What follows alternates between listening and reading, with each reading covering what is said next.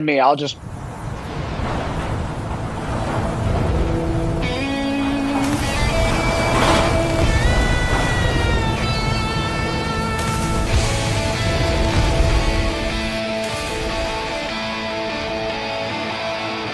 Welcome to Clearcoat Confessions, where the dirt gets hunted down and the shine hits like a knockout.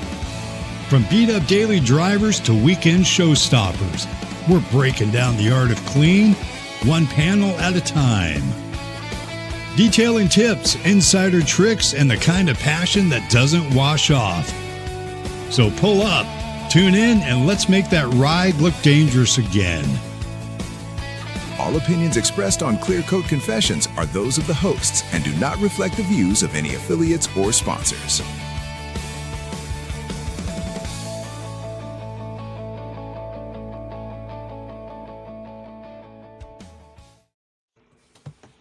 Hey everyone, welcome back to episode 20. Episode 20. We made it to 20. We made it to 20. Wow. Yeah, of Clearcoat Confessions. Today we have an exclusive, an unfiltered Ask Me Almost Anything session we're calling Undiluted. We're going to get right into the heart of Yumcars with one of the owners, Nick Britton. Hello. We want to truly understand Nick, and you just need to hear his core philosophy. Forget the product. It's the people. It's all about the people. Yep. And his journey explains why. From growing up in the Ukraine, serving in the British Army, his shift into detailing didn't start in a high-end shop.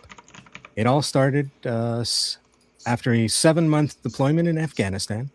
Nick bought his dream car, a flat black, was it? Audi. Yes. Audi S5, and went straight down the YouTube rabbit hole, as we all do. Soon he was doing paint corrections right in the Army barracks, pouring every dollar into testing products. And today, Nick and his partner Kelly, who's we all know is the real super weapon and the boss of Queen Nick Kelly. in the business, operate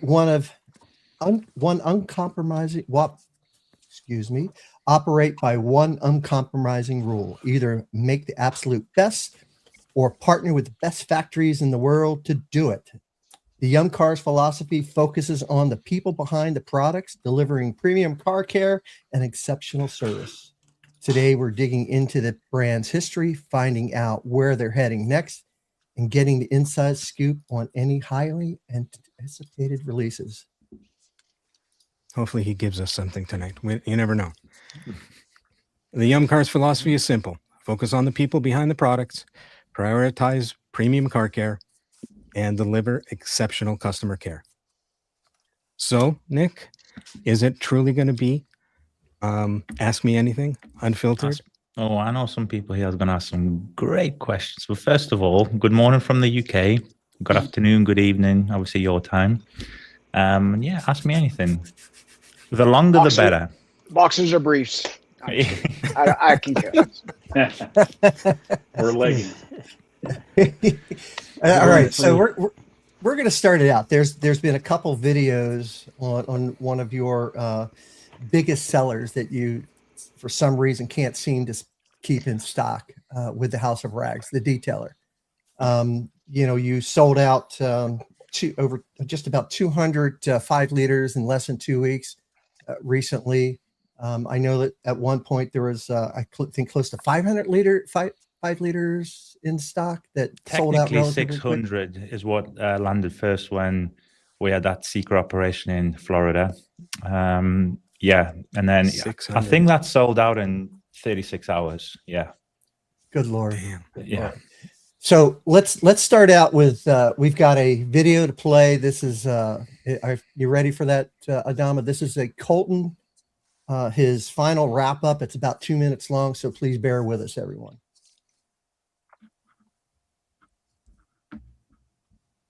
Anytime now. Incredible stuff there. All right, guys. Well, let's finish this video off with some final thoughts. And I got to say, blown away with this stuff. So I picked this up yet again off recommendations from you guys. That is something I take a ton of pride in. If you look through my cabinets here at the shop, what I use on a daily basis is from a multitude of different companies. Now, I know companies don't like this, but I am absolutely not a brand loyalist. So I am very quickly to try something. I like something better. Get rid of the other stuff. This is my new favorite. I have zero problem doing that. I don't care who it's from. As long as the product works and is better than everything else, that's what I'm going to use. That's what I'm going to recommend. And the cool part about this is actually the first product that I purchased from Yumcars, and now I'm even more intrigued to try the rest of the line. I think what'll probably happen, and I'll take you guys along the way with me, I'll try some products that are standouts for me, and I'll also try some products which might be good, yes, but I might prefer other products, and that's totally okay. I always recommend you guys try stuff, use stuff, and don't just be so guarded and I've got to use this product from this company because I like that company. It's cool to support companies if you really like that company. I have no problem with that. Personally, though, as a professional detailer, as somebody who runs a detailing business and is a content creator here on YouTube, I want to use the best stuff, and I want you guys to know what the best stuff is. And I got to thank you guys for recommending me trying this, because I probably wouldn't have tried it. I'm really blown away with it. The only question I have, and I hope Nick from Yumcars actually watches this video, if you are claiming this product adds nothing or leaves nothing behind, how do you also claim that it adds gloss to it? That is something that I think is a little bit on the marketing fluff side, because if you think about it, right, if you are making the car glossier, and I can really feel it here, it is leaving something behind. Is this ceramic protection? No. Do I believe these are probably just polymers on here? Yes. And I am really okay with that, as long as it's not going to gum up all of the ceramic coating and that type of stuff, and not just leaving long-term protection over and over and over. And again, the cool part about this is not going to clog up your towels. The whole situation with ceramic infused detail sprays, again, it's not to say I hate those. It's just to say I think people way overuse them, and it's like continually adding. So great review by Colton. He loves that product, right? Yeah, he loves it. So just give us some background on where you came up with the idea for this product, how long it was in development, where you came up with that scent, because I'm sure others really enjoy it too, but it's one of my favorite scents. A little bit behind the ears. Those wonders.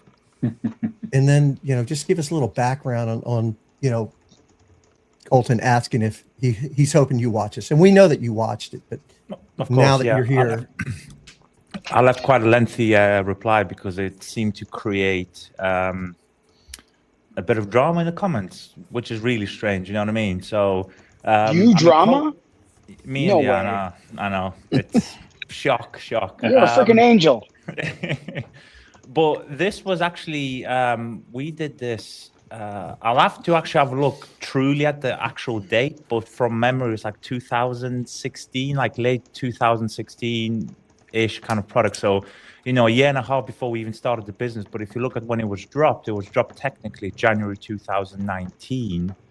So quite a decent development. But don't forget, we developed this when we were still in the military. So, and this is where the story goes back, that we were making, contacts with the chemical team whilst we're in another job. Blah, blah, blah, kind of the story you've all heard, so I'm not going to bore you with that. So quite a long time in terms of development. But what people can't understand is there's a certain YouTuber, he's from Europe. Oh, for some reason, I can hear myself. Oh. Can you guys hear me still? Yeah, we can hear you. I can kind of hear myself back for some reason. Just 1 second. Yeah. Oh, I'm perfect. So, so there is a YouTuber from Europe who seems to kind of break everything that I say and use it against kind of. 1 second. I can hear myself play it back, guys. 1 sec. Oh.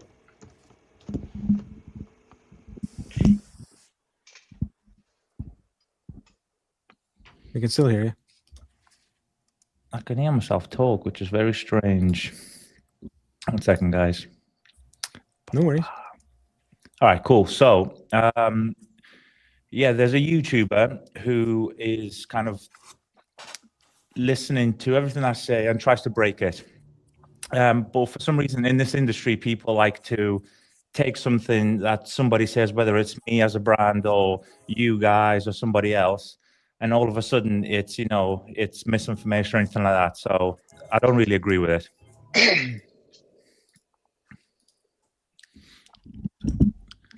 Second, guys, hold on. I can hear myself speak. Sorry, technology. No, that's okay. Hello. That's okay. No, don't worry about it, Nick. Well, this started well. I think. That's hold okay. on. We usually blame Greg. Yeah, it's Greg's fault. For some reason. Are you using Google Chrome, Nick? Can you still hear us? One sec. Let me leave this. See if this fixes itself. 1 second. Sorry, guys. No worries. It's all right. There we I'll go. do a little song and dance number for you guys while we're waiting. Yes, please. How do you avoid the question? I think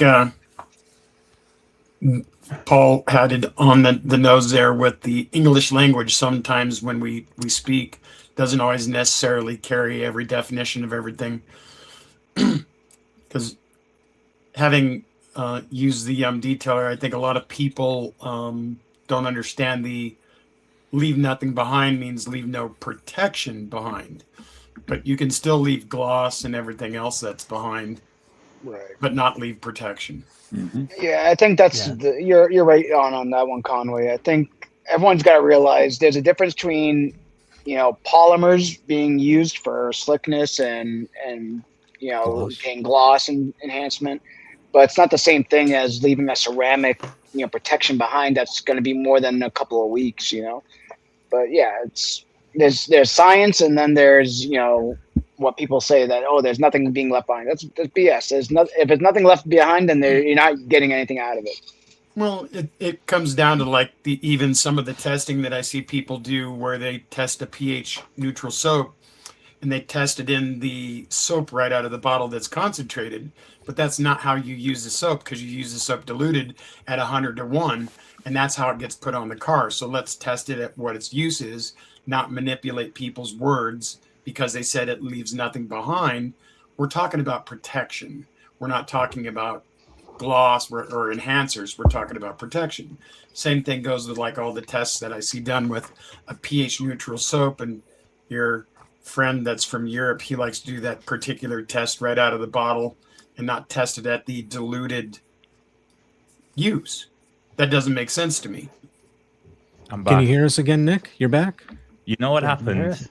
For some What's reason, that? a tab opened up and it's playing the YouTube live on another tab, so I can hear myself 30 seconds behind. It was the weirdest feeling. I'm so sorry, guys. That's okay. No worries.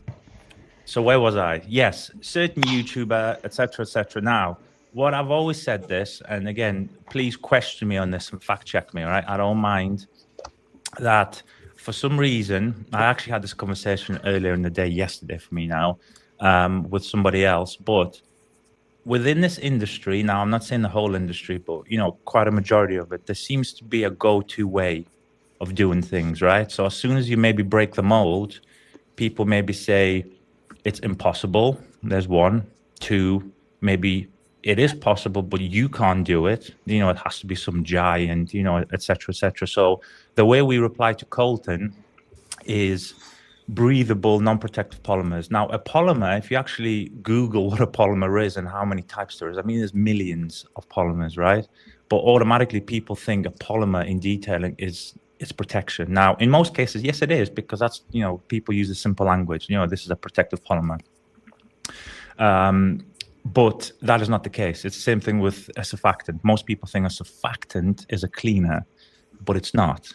Surfactants could be protectants, strippers, adders, all these type of things.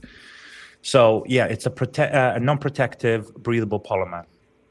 And that's where the magic of detailer becomes to happen. And what's really interesting, America has actually highlighted something that somebody told me that I never thought of it, that this product technically is a 2017 to 2019 official launch product. So it is an 8-year future-proof product, and you guys are just beginning to kind of, enjoy it. There's no V2, there's no V1.1, It doesn't clump in, the bottles. Not saying anything about other brands, but you know what I mean? So, I mean, you could leave it in a bottle and it's not going to do nothing. So, if you think about it, so 8 years and it's still being talked about. So, this is where you hear me say, look, we're trying to future proof ourselves as long as we can. This is one example of 16 I can give you. It's a long time. Yeah, well said. Yeah. So, Nick, does Detailer make the paint glossy? No. Okay. That's Okay, a simple answer. I saw Neil made a video. I'm not sure if you caught that one. I saw that he one. did a side-by-side Yep. on a coating. He did half of it with panel prep and then Detailer and another one with nothing. And the hydrophobics looked exactly the same. Nice. So I'm not sure what everybody's on about that it leaves protection when it doesn't really, it doesn't there's add any some- gloss. Yeah, doesn't, it's strange because to add gloss is one thing, but to add a reflection/refraction of the paint, if you look at the way the way lights work and the way it hits the panel, the way it reflects or refracts, hence why our eyes can see swirls and scratches, etc., etc. It's just basically how our eyes work. Because something looks really nice doesn't instantly mean you're adding gloss. So, for example, when you polish paint, is a polish adding gloss? Technically, it's not. It's changing the way the paint's perceived, right? Because you're removing certain things. So, yeah. so basically, Detailer, you're not a chemist, so nobody can have any opinion on it. Yeah, I mean, I've seen some posts. I've done a side-by-side with brand A versus B, and this is looking completely different. I'm like, look, guys, I mean, people like Neil, I believe he texted me a screenshot. It's his #1 video, which I think is so cool. I mean, he texts me and YouTube says 1 out of 10. I was like, yeah, that's amazing. I was so proud of it. And when somebody who I believe, anyway, this is just me being honest, has no affiliation with anybody, he didn't ask me for a free product. He literally texted me after he posted it, right? And he said, look, this is what I've done. And I thought, you know what, that's probably the fairest video that you can do. One guy in his garage. And when you see that video, I mean, what can you say to it? So, yeah. Exactly. Now, is there any possibilities that the Detailer can affect different coatings different ways? Or because we've seen from other people that do content creation stating that it's affected the hydrophobics on their coatings. My answer always is, and this is where I just take my Nick, the business guy out of it, right? When I started this, and some people in this chat, Conway is 642 years old in this industry, right? He's been doing this a long time, right? All the love, Conway, brother. Obviously, there's more experienced people than me, probably in this chat as well. However, when I first started this, I did as a car guy, right? Like just pure passion, nothing else. Now, when those guys are doing it, again, not mentioning names, look at who they're affiliated with.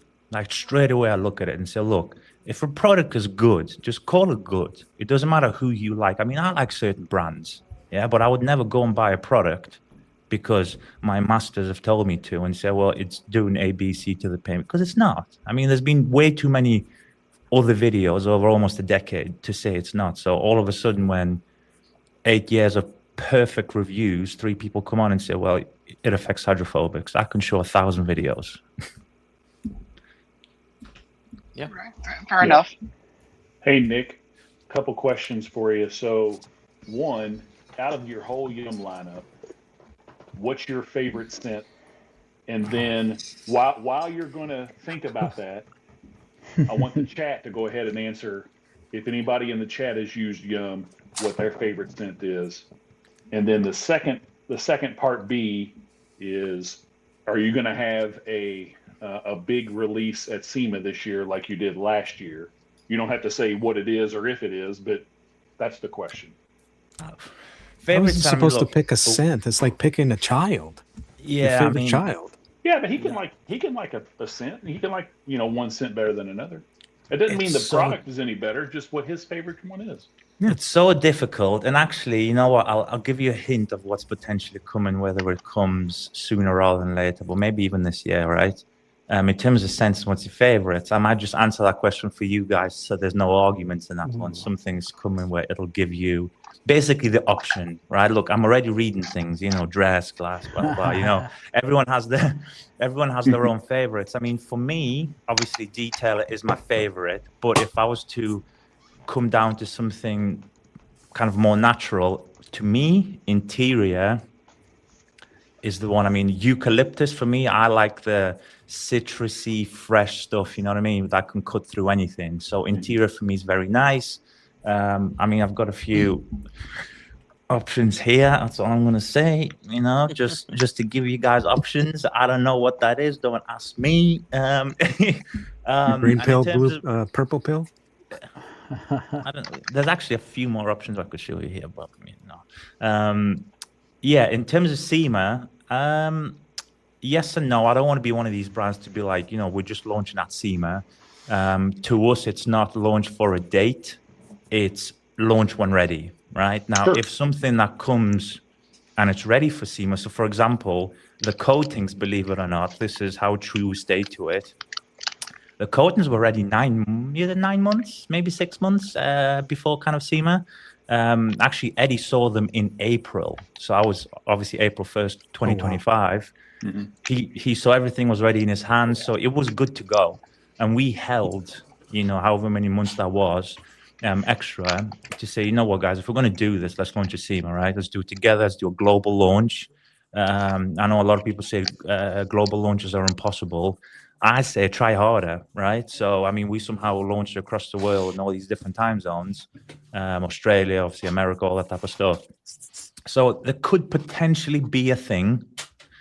The timeline is going to be interesting. If it's ready. If it's ready, yeah. Since we're on scents, what is the official scent of Detailer? Tell me what you think it is. Well, no, the reason why I ask is, and I'm not going to name out other names, but all the UK detailers that are really good use this exact same scent. So that's why I was curious if it's a UK thing.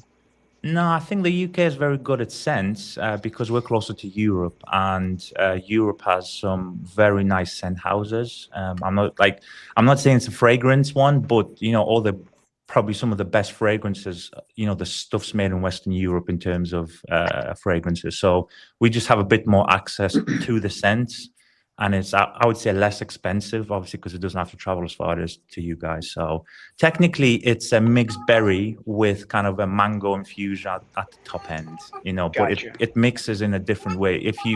If you close your eyes and ask everybody on this panel to smell it, that give you a different note. Different answer, yeah. Yeah, it's a different note, but that's the official answer. Yeah, that makes sense. The scent makes sense, Yeah. Is Berrylicious ever going to make it to... as a spray? As a spray? That is like crack cocaine. I would buy it by the gallon. Oh. CCC exclusive. You hear it CCC here exclusive. first, folks.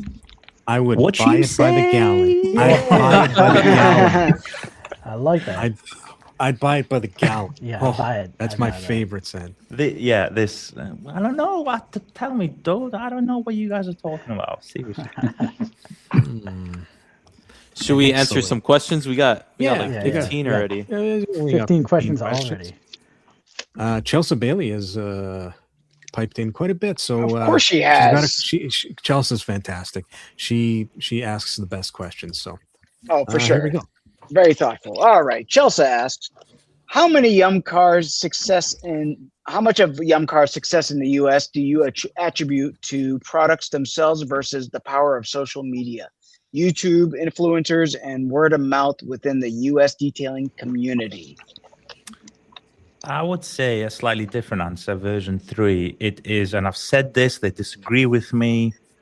This only happens, whatever the definition of success is Eddie, Jamie, some of the most beautiful people, which, I mean, some of you are in this chat, right? And some others who aren't on the screen. That is it. It's the people. I mean, the product's good. It could smell nice, it performs nice, it looks nice, whatever. But you guys on the screen, and Eddie and Jamie, are the only reason I have a smile on my face. Well, I'm going to throw this in there. Is that in April 2025, when you came over and did your vlog walking through the airport and all the lives that you guys did that week. I couldn't take my eyes off you guys. That was fantastic. I don't know how if everybody else caught that, but wow, that sounds awfully stockish, Greg. You should really just you can call it whatever you want, Dave. Stockish, whatever. But it was great with the way everything worked out. And I kind of agree. It was something like it was the personality really that came through, and that was kind of engaging to the people. And I think the American market kind of tends to go towards a personality, and your personality really shone through when all three of you guys got together. Not a lot of brands have good personalities, you know? Yeah. Yours definitely caught the eye of just about everybody. Yeah, you caught the attention of everyone, and then your products, are really good. So thank you. Up. I mean, that. Speaking from personally, what you see Nick on screen is Nick in person. He's the exact same guy. Oh, thank you. I mean, that's what I mean, guys. Just look what you're saying. Even if you hit me, right? Even if you hit me and say, look, I don't like this product because of ABC, because everyone has got different preferences. It's just the way you say it. I mean, everyone, like, so far, you're just beautiful. You know what I mean? Like, how could you not back something as beautiful as this, right? So, might be because I'm a little bit old school, but I have a tendency that I like to form relationships with the people that I do business with. And I'm one of those that I don't just buy into a product or a thing. It's kind of like, I know Dave, he does cars. We do automotive work and everything like that. It's one of those things where I find a person that is in those industries that I like to create relationships with.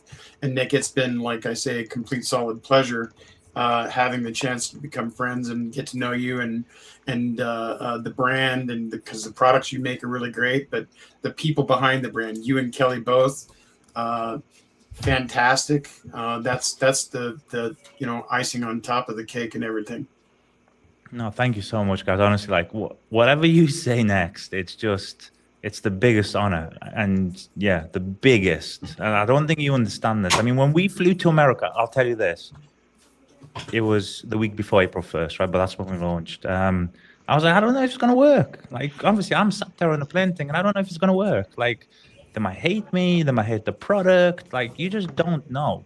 And I would say the rest is history. Maybe the future is also, history. So, I was going to say that gamble paid off pretty, Quite the leap of faith, and paid off in spades, I would say.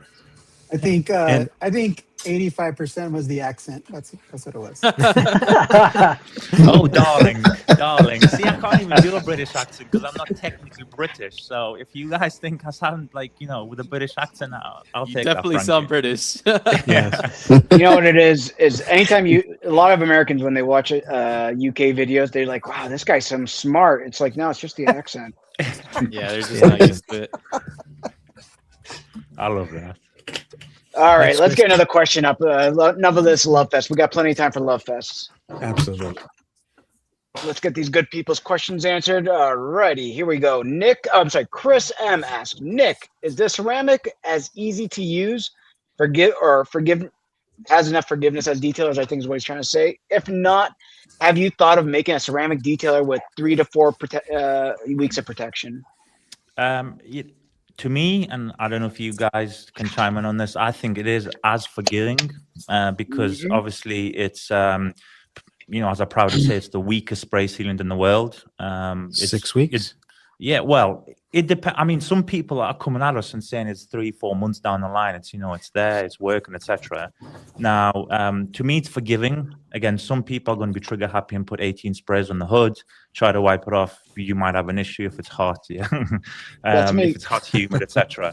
Now, in terms of a detailer with 3-4 weeks protection, again, I like to make multi-use products. You can dilute the ceramic spray sealant, you can make a ceramic detailer. I don't want to sell you a third product in the line saying, look, there's a ceramic detailer when you can make it with something you already have. Ceramic and detailer 1-to-1? 1-to-1, that's right. It's the one. I've also heard ceramic itself 1-to-1. Yeah, no, that's what I'm talking about. Yeah, So that's if you right. do the He's talking ceramic about spray one to sealer- one. Yeah. Yeah, Yeah. and that's a And ceramic detailer. let's be honest here. I mean, who's not washing their car every week on this podcast? Exactly. I'm about to wash my car as soon as we're done here. I'm going Yum Rinseless with ceramic right afterwards. No, thank you. Why Well, don't you no, combine them, Dave? I have. There you go. I actually mixed also detail and ceramic. I've put them both into the rinseless. I've done all kinds of crazy shit. that's the David, mad At chemist 9, over 10 there. o'clock at David's- night too. David's bathed in it. Okay, let's just put that. Yeah, I have. I also No, but mop my Frankie, floors you're with so it. right, though. Frankie, you are so right. And I say this: how many people truly want to do a true durability test in the world? Like, why would you want to do that? So, for example, if I was to buy brand X wax, right, and it says X amount of weeks or months, I'm not going to the durability claim. I want to try. If I know it's a show wax, off the top of my head, I think, look, it's not going to last very long, right? So I'm still going to go halfway through my time frame and like reapply, whether it's spray wax, sealants, you know what I mean? Again, if you're a pro reviewer, I get it, obviously. Like, people do that kind of side of YouTube for a living, I understand. But, 99.9% of people use a product not to the durability claim. And you will probably say the same thing around the home. Like, if you paint the walls and it says 10 years durability on the paint, I can guarantee you I'm painting the walls in 5 years' time. I Yeah. can guarantee you. Yeah.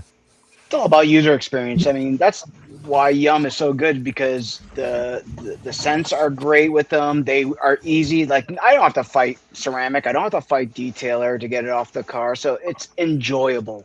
So that's what makes it a whole thing. I don't give a shit if it doesn't last more than 2 weeks. I'm washing my car anyways. Yeah, you're washing it every week anyways, and This is an reapply. enthusiast brand, is the way I like to look at it. It's for the people that are in the podcast right now, who's watching right now. The mobile detailer or the guy who has a shop, he might not be a Yum guy, but he may be a Yum guy if he's got some taste. But it's, if they're more about value, then great. There's stuff out there for them. They can jog on if they don't want to try it. That's fine. I agree. Yeah. All right, let's. I mean, I'm sorry, go ahead. speaking as a mobile detailer, the reason I use Yum is just it's the user experience is just amazing. I mean, you use Yum detailer and you're like, oh my gosh, like what is this magic in a bottle? The slickness on the dry off is just crazy. As a drying aid, it's just crazy. Why wouldn't you use it? I guess that's. What I'm Thank you, saying. Frankie. Appreciate it. Having a shop and going through lots of gallons of citrus and detailer and stuff like that. Those are products that are very effective in the pro trade. So, Absolutely. Yeah, actually, citrus. Citrus is an amazing product. You can dilute it to your needs, and it works on all both ends of the spectrum: interior, exterior, double tap. I've used it in the house. I've used it in the shower. I mean, it's a great product.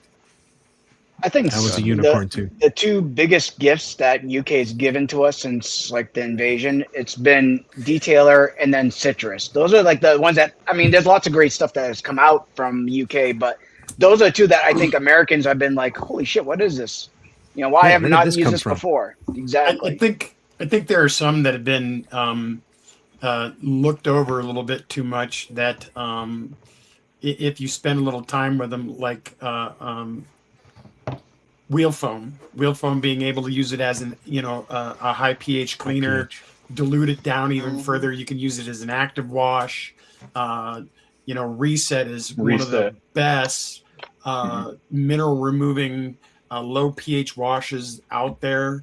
I mean, it does really great work. There are glass is a really great glass cleaner.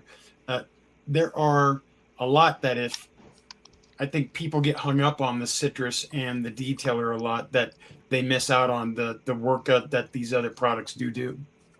Yeah, I always hear about the other products, but then the first time I tried Yum Glass, I'm like, where was this hiding? Right? It was right now. It's probably my favorite glass cleaner, and it was just like out of the blue. I had it in the shelf, and I tried it, and it was the best thing ever. I was like, out of everything, that was my favorite product. That I had tried.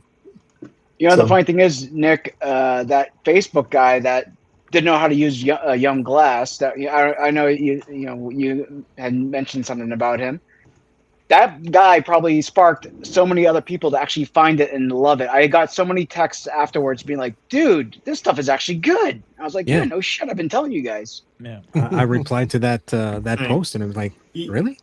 Even when people say all the bad shit, believe it or not, they're giving you all the free press that you could ever want. Yeah. Yep. I agree. Any press is free press, I guess. Yeah. Next question. All right. Yes, Brant over at 512 Detail asks, are the tri-fiber unicorns able to be domesticated? If you wish to do it, you can do it. Hey, I've got pictures of some people framing a brand new wash pad. There's some people in America, I'm telling you, like you guys say, you guys are wild. Somebody has framed a brand new wash pad. I'm like, why would you do that? They're like, no, I framed it. I mean, they've got two, obviously. They're using one. You should see Corey's setup. Yeah, I know. I've seen Corey's setup. It's crazy. Is there a big one? Yeah, I was going to say. Yeah, when's the XL coming over? XL coming? We actually see. You guys are crazy. You know, we actually had that. We dropped it. I have one.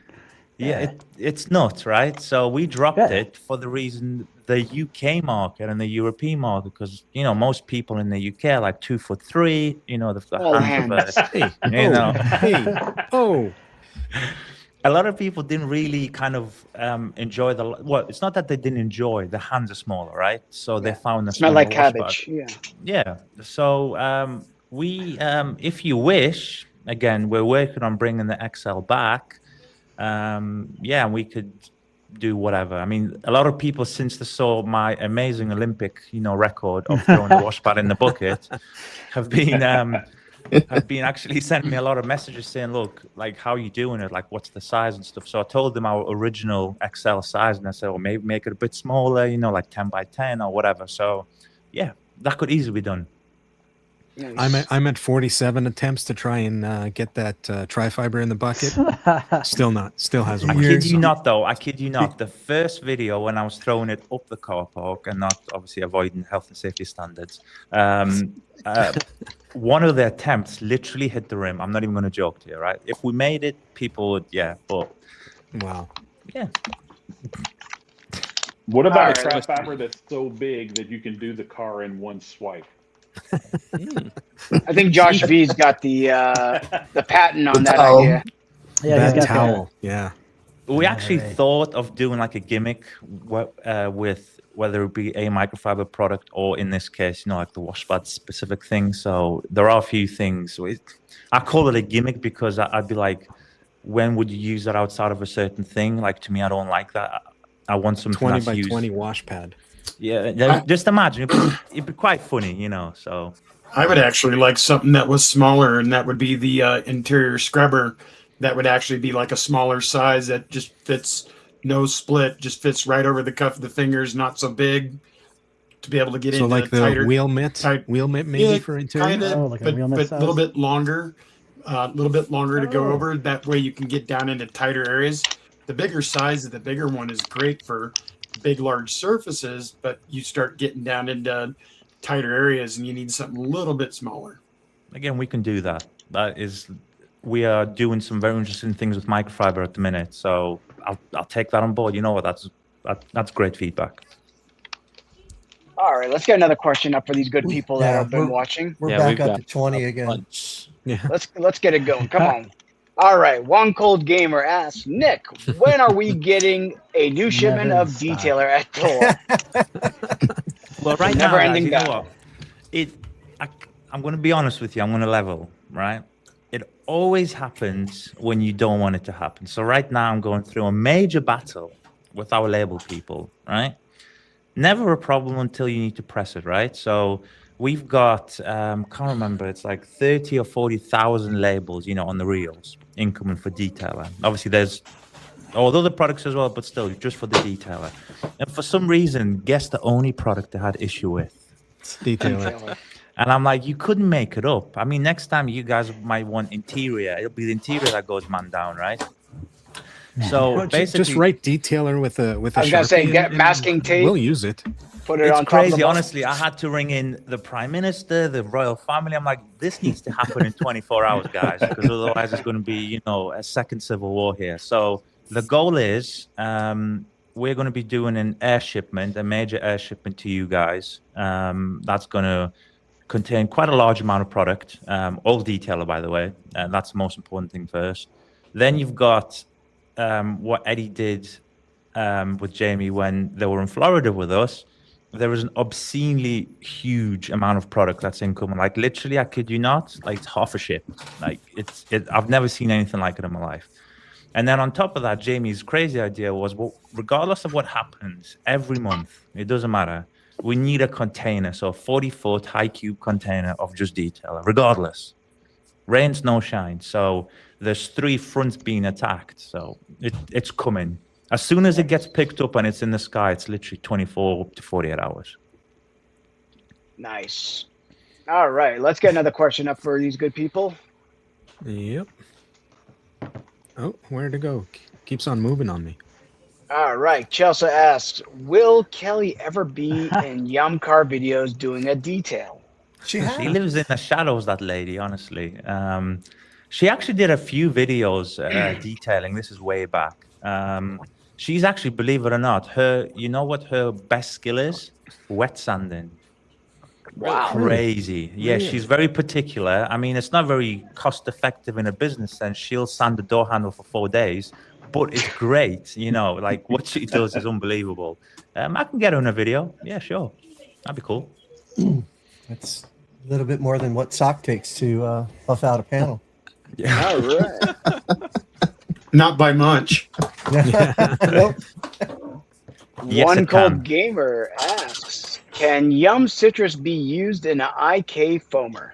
Absolutely. Yes. I wouldn't recommend doing the whole car with it because unless you're doing a spot treat, specifically on the front, maybe if you want a bit more dwell time, but to foam on citrus via a pump foamer of any description is a bit, kind of, if time's your thing, it's not very time effective. I'd rather you spray it with an IK sprayer if you're using it that way.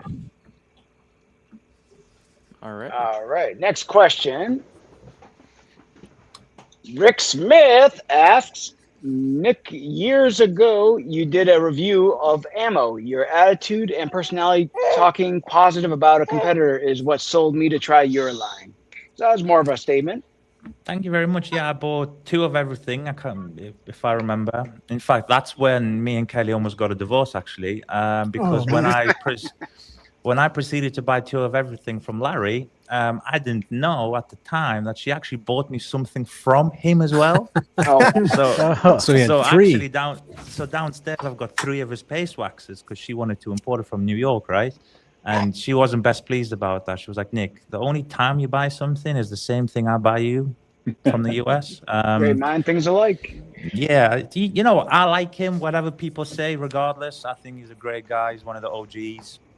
And I just wanted to support. And then I thought, at the time, do a reaction video. It's not my style. It's not my style of content.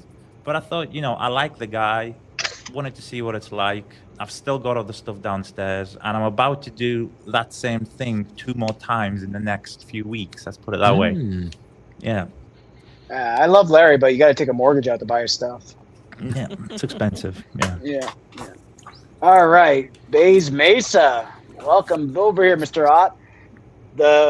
With the UK car wash restrictions, is it difficult to drive sales there compared to US? Everything is more difficult in the UK, honestly. How can an island 80 miles wide have a water restriction? Don't get me started. I think it's ridiculous, when you've got kind of California, Arizona, like the usual states like that, the dry states, southern Texas, unless it's like ridiculous, World War III territory. I've never heard of you guys having water restrictions, but in the UK, 4 days of sunshine, and that's it, game over. So it is difficult because the UK crowd don't really understand rinseless as well as you guys do. Because rinseless to us, even though it's not a new technology, it's not a popular technology, let's put it that way. So I'm trying to do the good work and try to explain to people, look, there is technology now in 2026 behind it safely, but it's more difficult. Hopping off Nick, on did that. you happen to notice that your rinseless sales went up in the UK during that? Yeah, I was gonna say. Yeah, so at the minute we are pumping quite a lot of rinseless. Some of it probably is because of the content I'm doing. Obviously, I'm trying to balance the content because you don't want a social media channel with just rinseless because people just get bored, right? So I'm going to try and fettle it in. But yeah, you could see a direct change to it. The only problem is very soon it's going to be cold in the UK. People don't have the garages like you guys have where you can wash inside, etc. And we most likely be in a drought till January, February. So it's going to be an interesting autumn, winter time. Yeah, Paul Woodcock says there's no water restrictions or bans in Cheshire.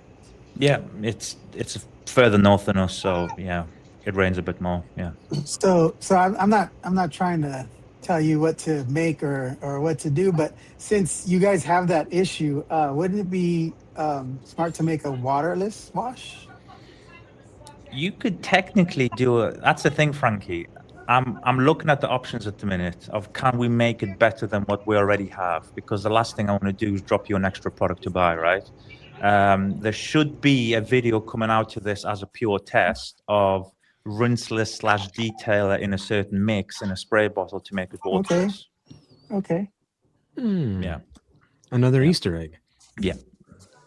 Hopefully, I mean, if it can't compete 100% with the best waterless wash, Frankie, then again, this is something that we will do.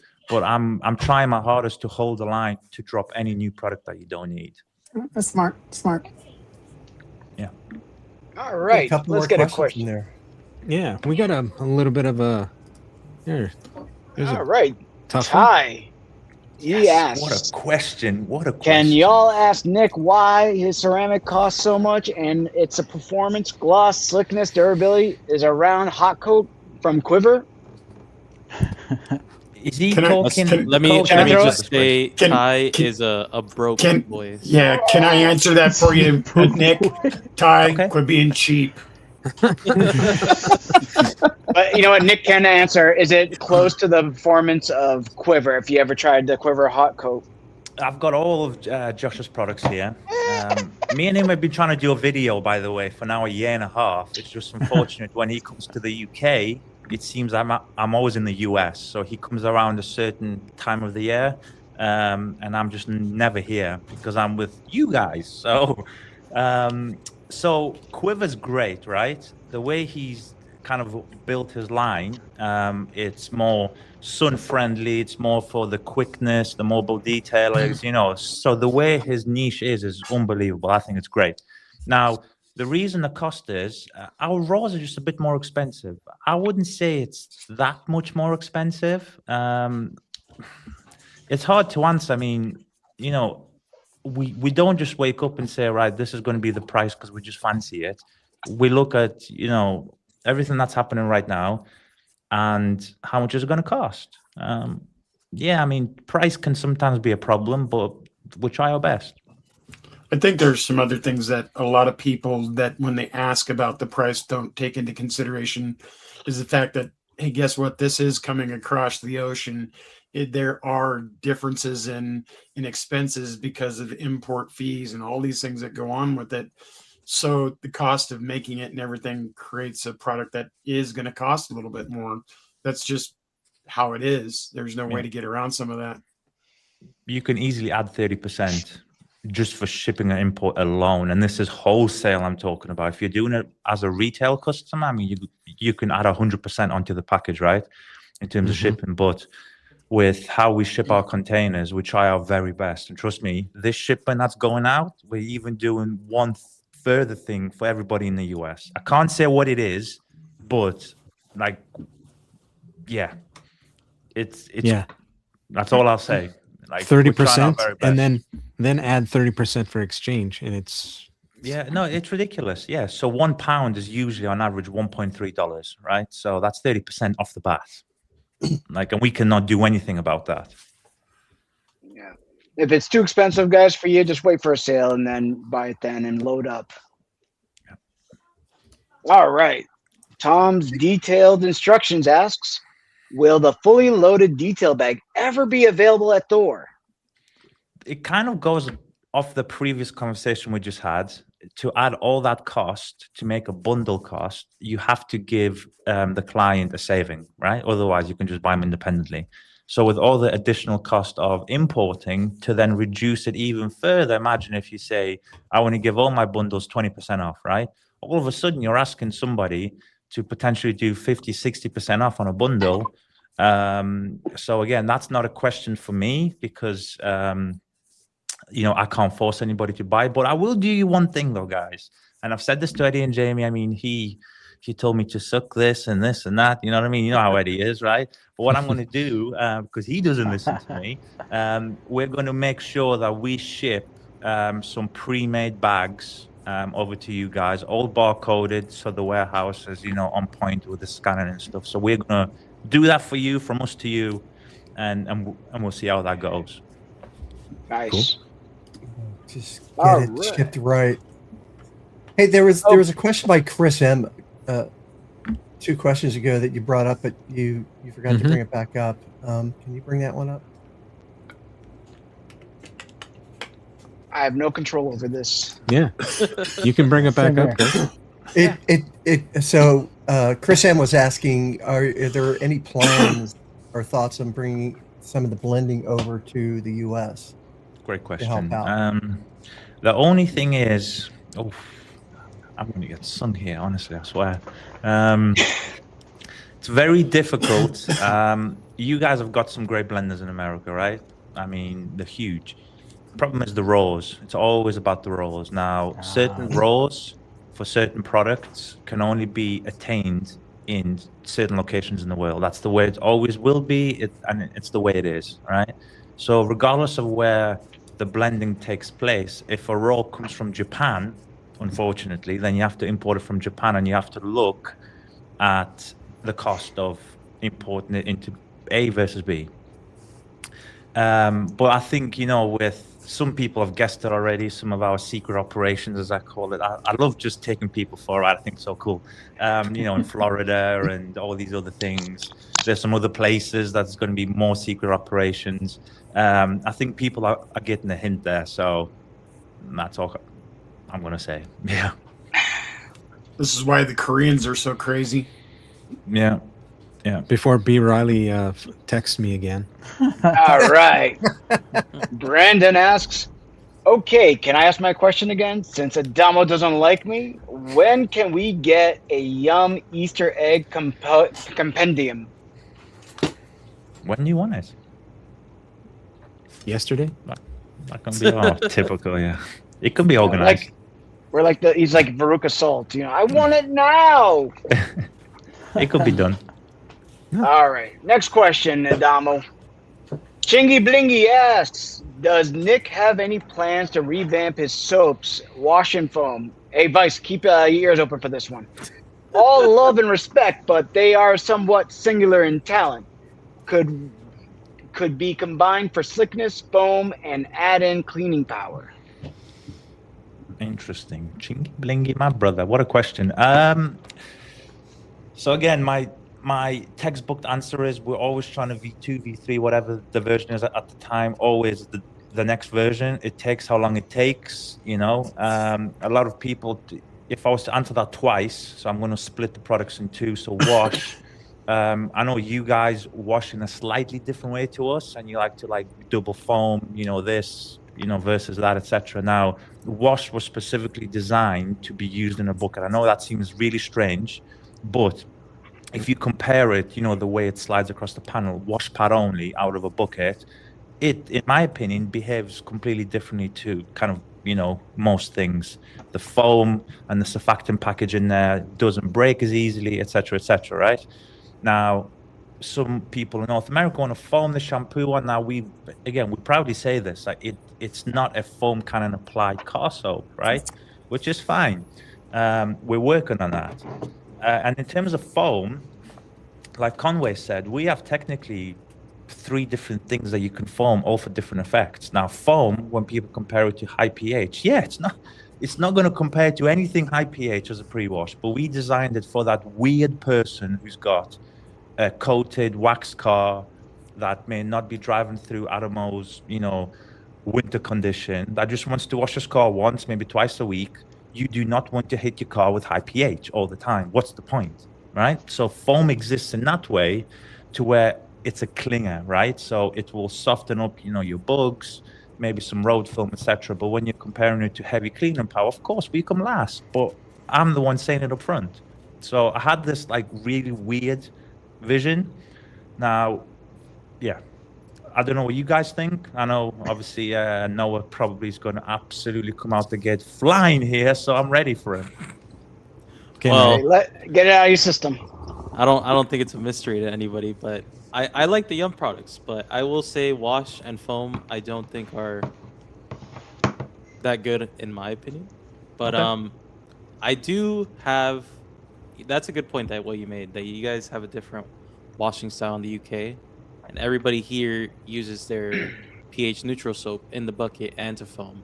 So Mhm. having two products is kind of like, at least in the US's sense, like why would you have two when you can have one? But also specifically for wash. So in my opinion, I think wash is too thick of a soap compared to the others on the market. I agree. It's very hard to mix in a bucket, and it doesn't really foam well in a foam cannon, so it's not my top pick. Also, the scent is like bubblegum, which I don't think a lot of people are big fans of, but me particularly, I don't really like it.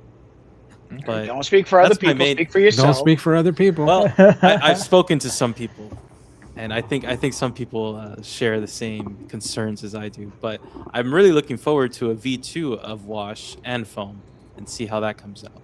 See, that's interesting. I mean, there could be a V2.1 on that one, whether you combine it all, etc. Like you mentioned. But in terms of thickness, I agree with you. Look, it's that valid feedback now in terms of foaming it on, etc. Like I get it. Everyone's so different, and I take everything on board. And we're working on something to where as we say, we're going to bring the smoke. So hopefully it works. But it might take a little bit of while. It might be tomorrow. Who knows? Don't you So, Nick- dare change Phone Plus. Do not. Phone Phone Plus Plus is is the good. winner. Yeah. Do not touch that. Works perfect. Nick, how much of adjustments do you think you've had to make? Because when you created the product line, you started off with your clientele base being out of the UK. And because there's a vast difference in how we do things here versus how things are done in the UK. I mean, unless you're Dan, who does 52 pre-washes, but it's a different way of doing things than we are here. We're very quick to the point. We're looking for usually a hammer right off the bat. We want something that's got that boost cleaning with less products to do it in.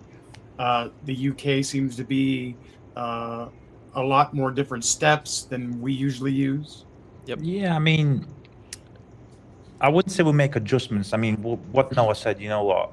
It's 100% right. Everyone, whatever they say in this chat, they are 100% right in what they say because that's what they use. That's what they look for, right? And you can never, question what I like versus you, Conway, or Noah, Adam, or whoever, right? Everyone has a different way of doing it. Now, you guys have got all the climates. That's the thing. You've got the worst, you've got the best, and you've got somewhere in the middle, right? The UK is great. Right, that's it. It's just great. raining all the time. Yes, and when it's sunny, we go into a major drought, basically, for 4 days a year. Now, you guys do it differently. Now, whether we make adjustments to that or not, you guys will tell us. Like Noah just has, I don't like this, I like this. Do that, right? If we get enough of that, amongst all the different people, we will make an adjustment. And Jamie's given me some great ideas. Why don't you do it this way and stuff like that? So we're working on it. We're going to go through our normal, typical development cycle, and we'll see what happens. And I think this question by Chingy kind of brings everything together. We do things differently here than you guys do in the UK, but I've noticed that the UK does things in systems, especially you, with your everything's a system. I would agree. Yeah, it just like, see, I don't agree personally with a brand offering only one alternative for a pre-wash and its IPH, because you're giving somebody a nuclear option or nothing, right? And then you would have to dilute it so heavily to where you would get it closer to neutral-ish, you know. But if you dilute it that heavily, that means you're not getting the foam or the cling, you know what I mean? Like you start immediately losing something to gain something else. So this is why I wouldn't say we have like the most complete system in the world. It's more of a system built off the back of car guys. Like, as in, look, how do we wash cars? How do we want to maintain our pride and joys? Are we ever going to make a pH 1.7 million pre-wash that's going to burn all the trim? Probably not, if I'm honest. You know, that's me being just kind of real about it. Because most normal people don't know, you know, your PIRs and dilution ratios and all that. So why can we make, so for example, wheel foam, right? 13.5 on the pH.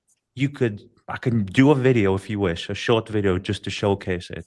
You could foam that thing raw. So 1 liter of wheel foam, and you can keep doing it all day, right? One of the best pre-washers in the game, and it won't even stain one single piece of trim, wheels, anything like that. So like we want to give people as much option as possible without making a redundant product. So Chingy just asked a really good question. Being that a lot of us do look at Yum as a system, and in your process of making these products, what's the process that goes through to make sure they all are symbiotic and they don't like clash with each other? Thank you, David.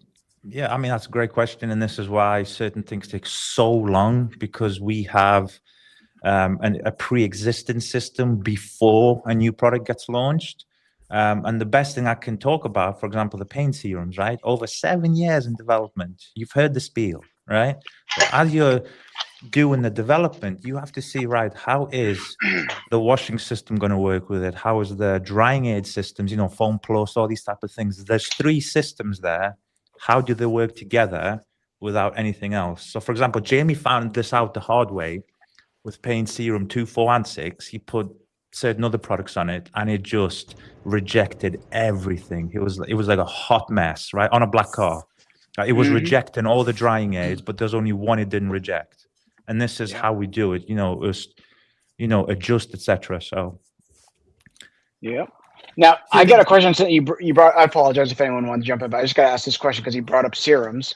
I hear this a lot about people asking about the 7-year journey to make the serum. So, how much of that is legend, and how much of that is like, you know, explain to the people about the 7-year process of making the serums. It's 100%, 110% true, 0% legend. Because we could have dropped the serums 2 years ago, 4 years ago, 6 years ago. You know what I mean? At the end of the day, if you think about it, if you want the honest answer, we're a business. Some people in this chat own a business. You can't sit on something, a service or a product, for that long and not make any money on it, right? So that alone should answer enough questions.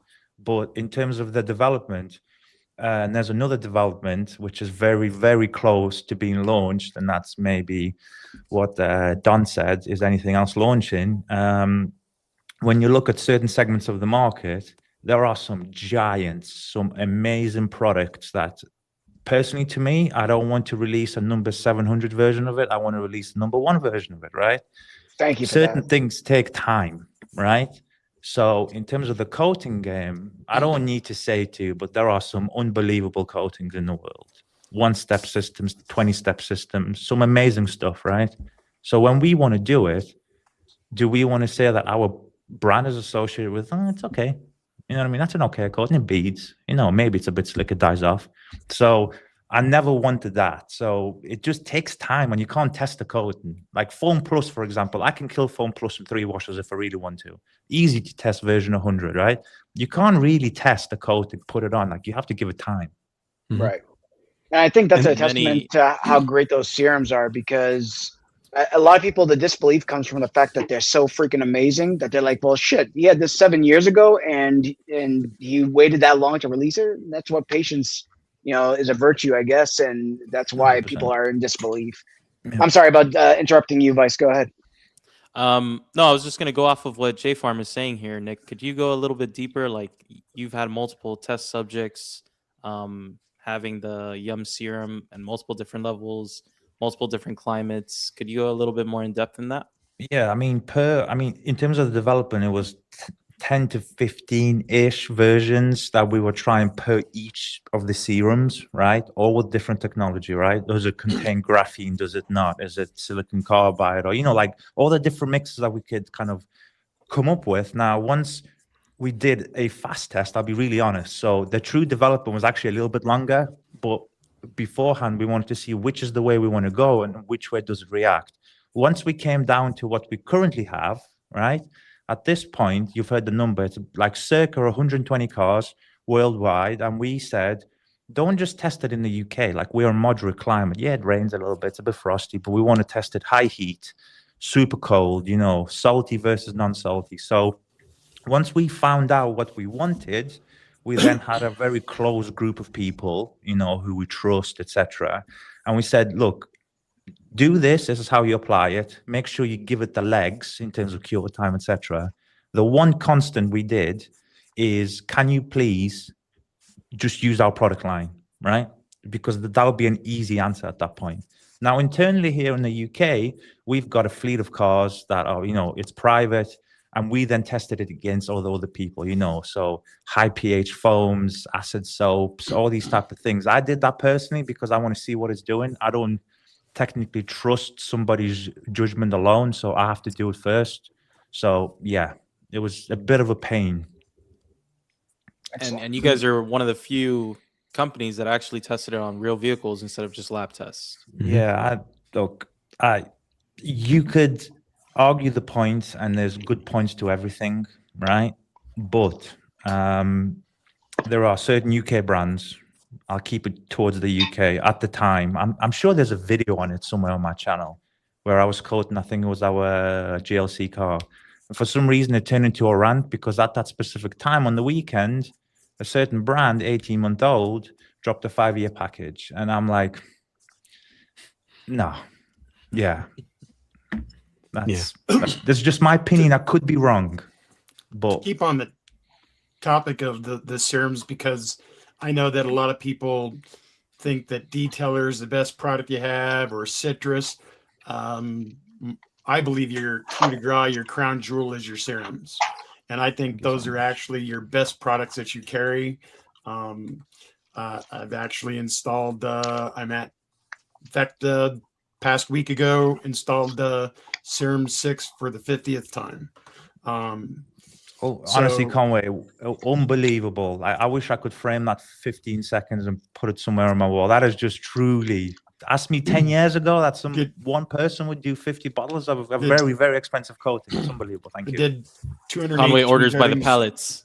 Yeah, I did 218 coatings last year. This year should be closer to 300.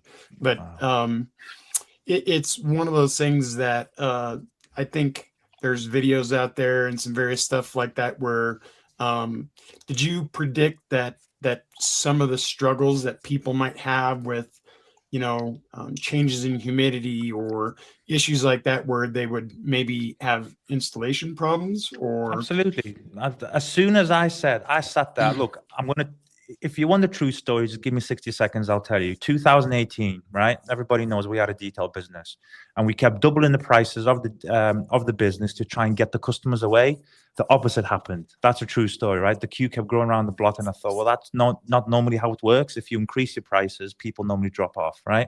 So this is where in 2020, we stopped our detailing completely because we ran that business up to the limit to where we wanted to kind of be, right? Now, in 2018, going back a little bit, I went to 2 very well-known coat manufacturers, yeah? And they gave me, I mean, literally, it was like applying to be the president. All these loopholes, et cetera, et cetera. And I thought, like, really? So I went to these 2 coatings, local training centers. I walked in there, walked straight back out. I was like, there's no way this guy's teaching us, right? Because I thought who are you to tell me that I have to use a special coating and pay $900 for it, right? I don't agree with that. So when we decided that Paint Serum 6, now that it's called this way, is a accredited coating level, Conway, you're probably the best person to answer this, right? If you're talking about some major coating people, that's double their strength. Like, it is an unbelievable product. Now, you have to give it a little bit of respect if anything changes in the air. Now, we knew somewhere down the line, somebody's going to think this is just a 6-year coating, blah, blah, blah, because that's how we named it. Now, the true durability of it is actually, all I will say is we have under-promised and over-delivered. That's all I'm going to say. All right? So it's actually a longer-lasting coating, right?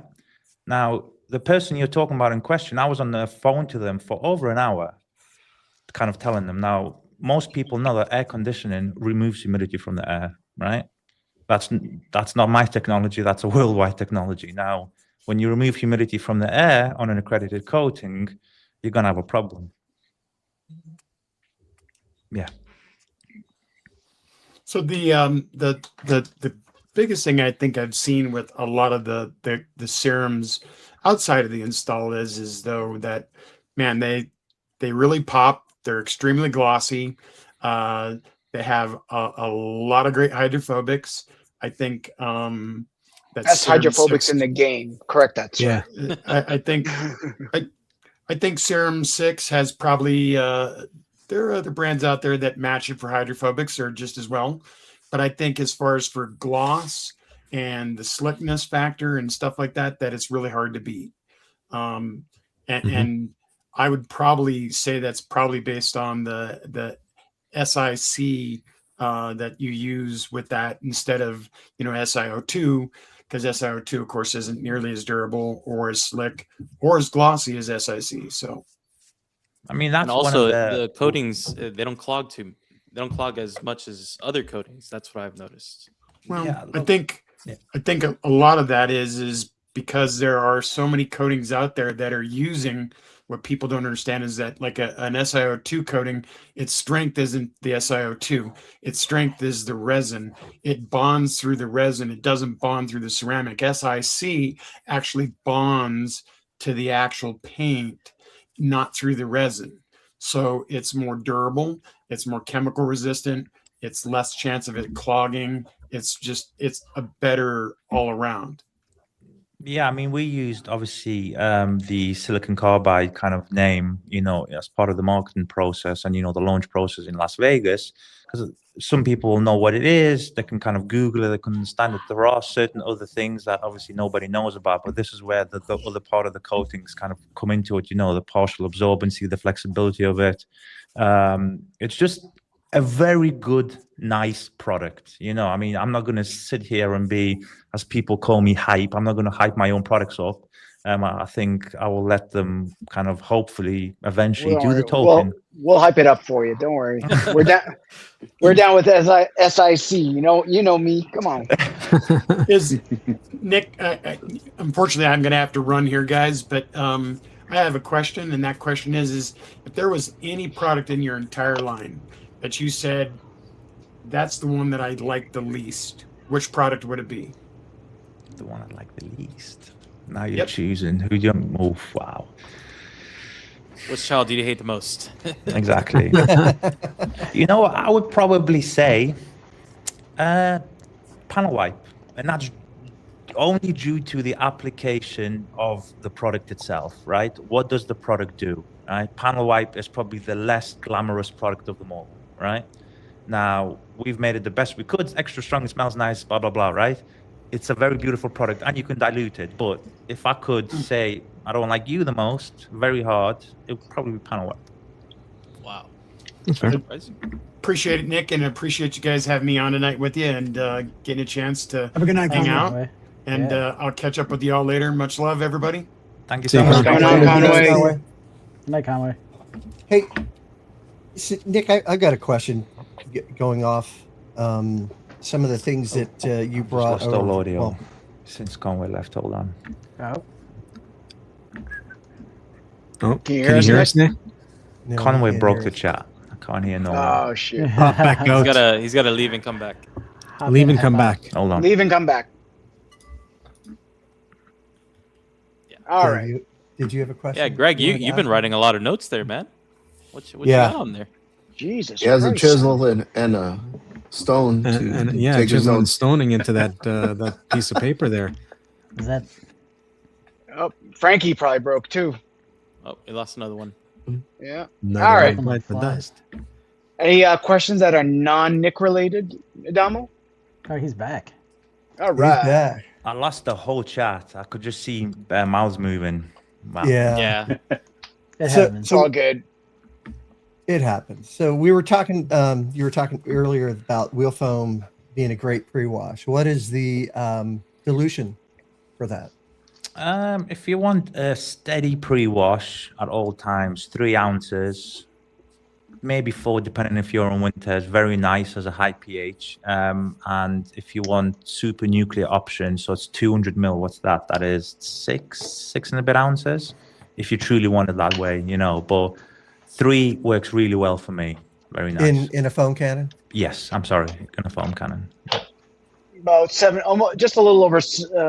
Actually, just under 7 ounces is 200 mils. You And should Nick, I have try. a- You know, yeah. I was gonna say, Nick, I have a question. So, since wheel foam is a high pH, what benefits do you have on using wheels and undress rather than just wheel foam on the wheels? Yes. So wheels specifically, neutral in nature, 2-in-1. It's a reactive product, right? Now it's a 50-50 product, half of it being, you know, the reactive side, half of it being the degreaser side. But the degreaser side in that product versus the undressed versus the wheel foam, obviously it's a different one altogether. Now undress is the stronger product for the rubbers and the trim, right? But if we're talking rubbers because they're, you know, extra porous, we can't safely put that specific blend of raws in a paint system that can be used all the time, because you run the risk of let's call it delamination of kind of like the silver and chrome parts, miscoloring of the black parts. So it has to be a different chemistry. Because something's high pH doesn't mean it does the same thing. All right. So- Let's see. Press all labels. When? That's from Rico Detail. Well, Oh, actually, there's I a don't know, few of those that asked that. I don't know if you guys can just quickly put me on a wider screen, because I know it's cutting me off. Give I him don't the know if that screen, works. Greg. Where'd he go? Not that I screen. broke it. Hold on, Greg's over If you break it, it's Oh, fine. not No, there. don't. I'm sorry, I broke it. No, No, that's- Oh, we got Dave. you just show 'em- No, it's fine. Don't worry about it. Don't worry about it. But I've got some hints all around this place at the minute. Obviously, Oh, some put 'em stuff on. I've kind of showed you. Some stuff's obviously off camera at the minute. But if it was on a widescreen, you'd see it. The Prezzo labels, we're literally just waiting for the package is being air shipped, and that's literally the only thing. Hope people can appreciate this. We've had to invest in special packaging just for the Chicago warehouse.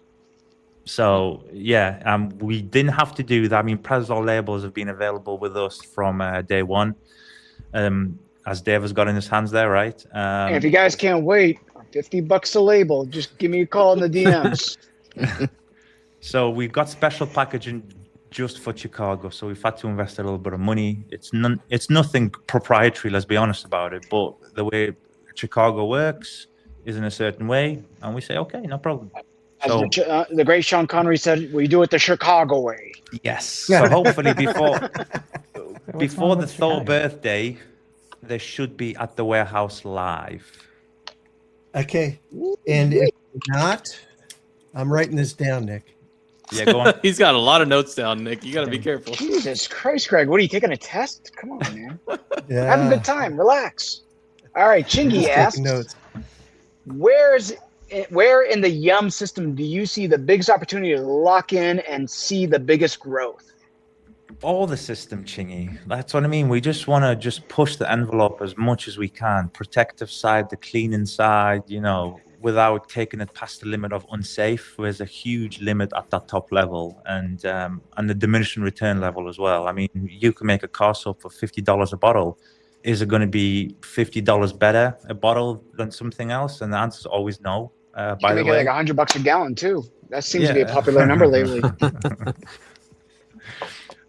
Oh, that guy loves me, so I'm not going to say nothing.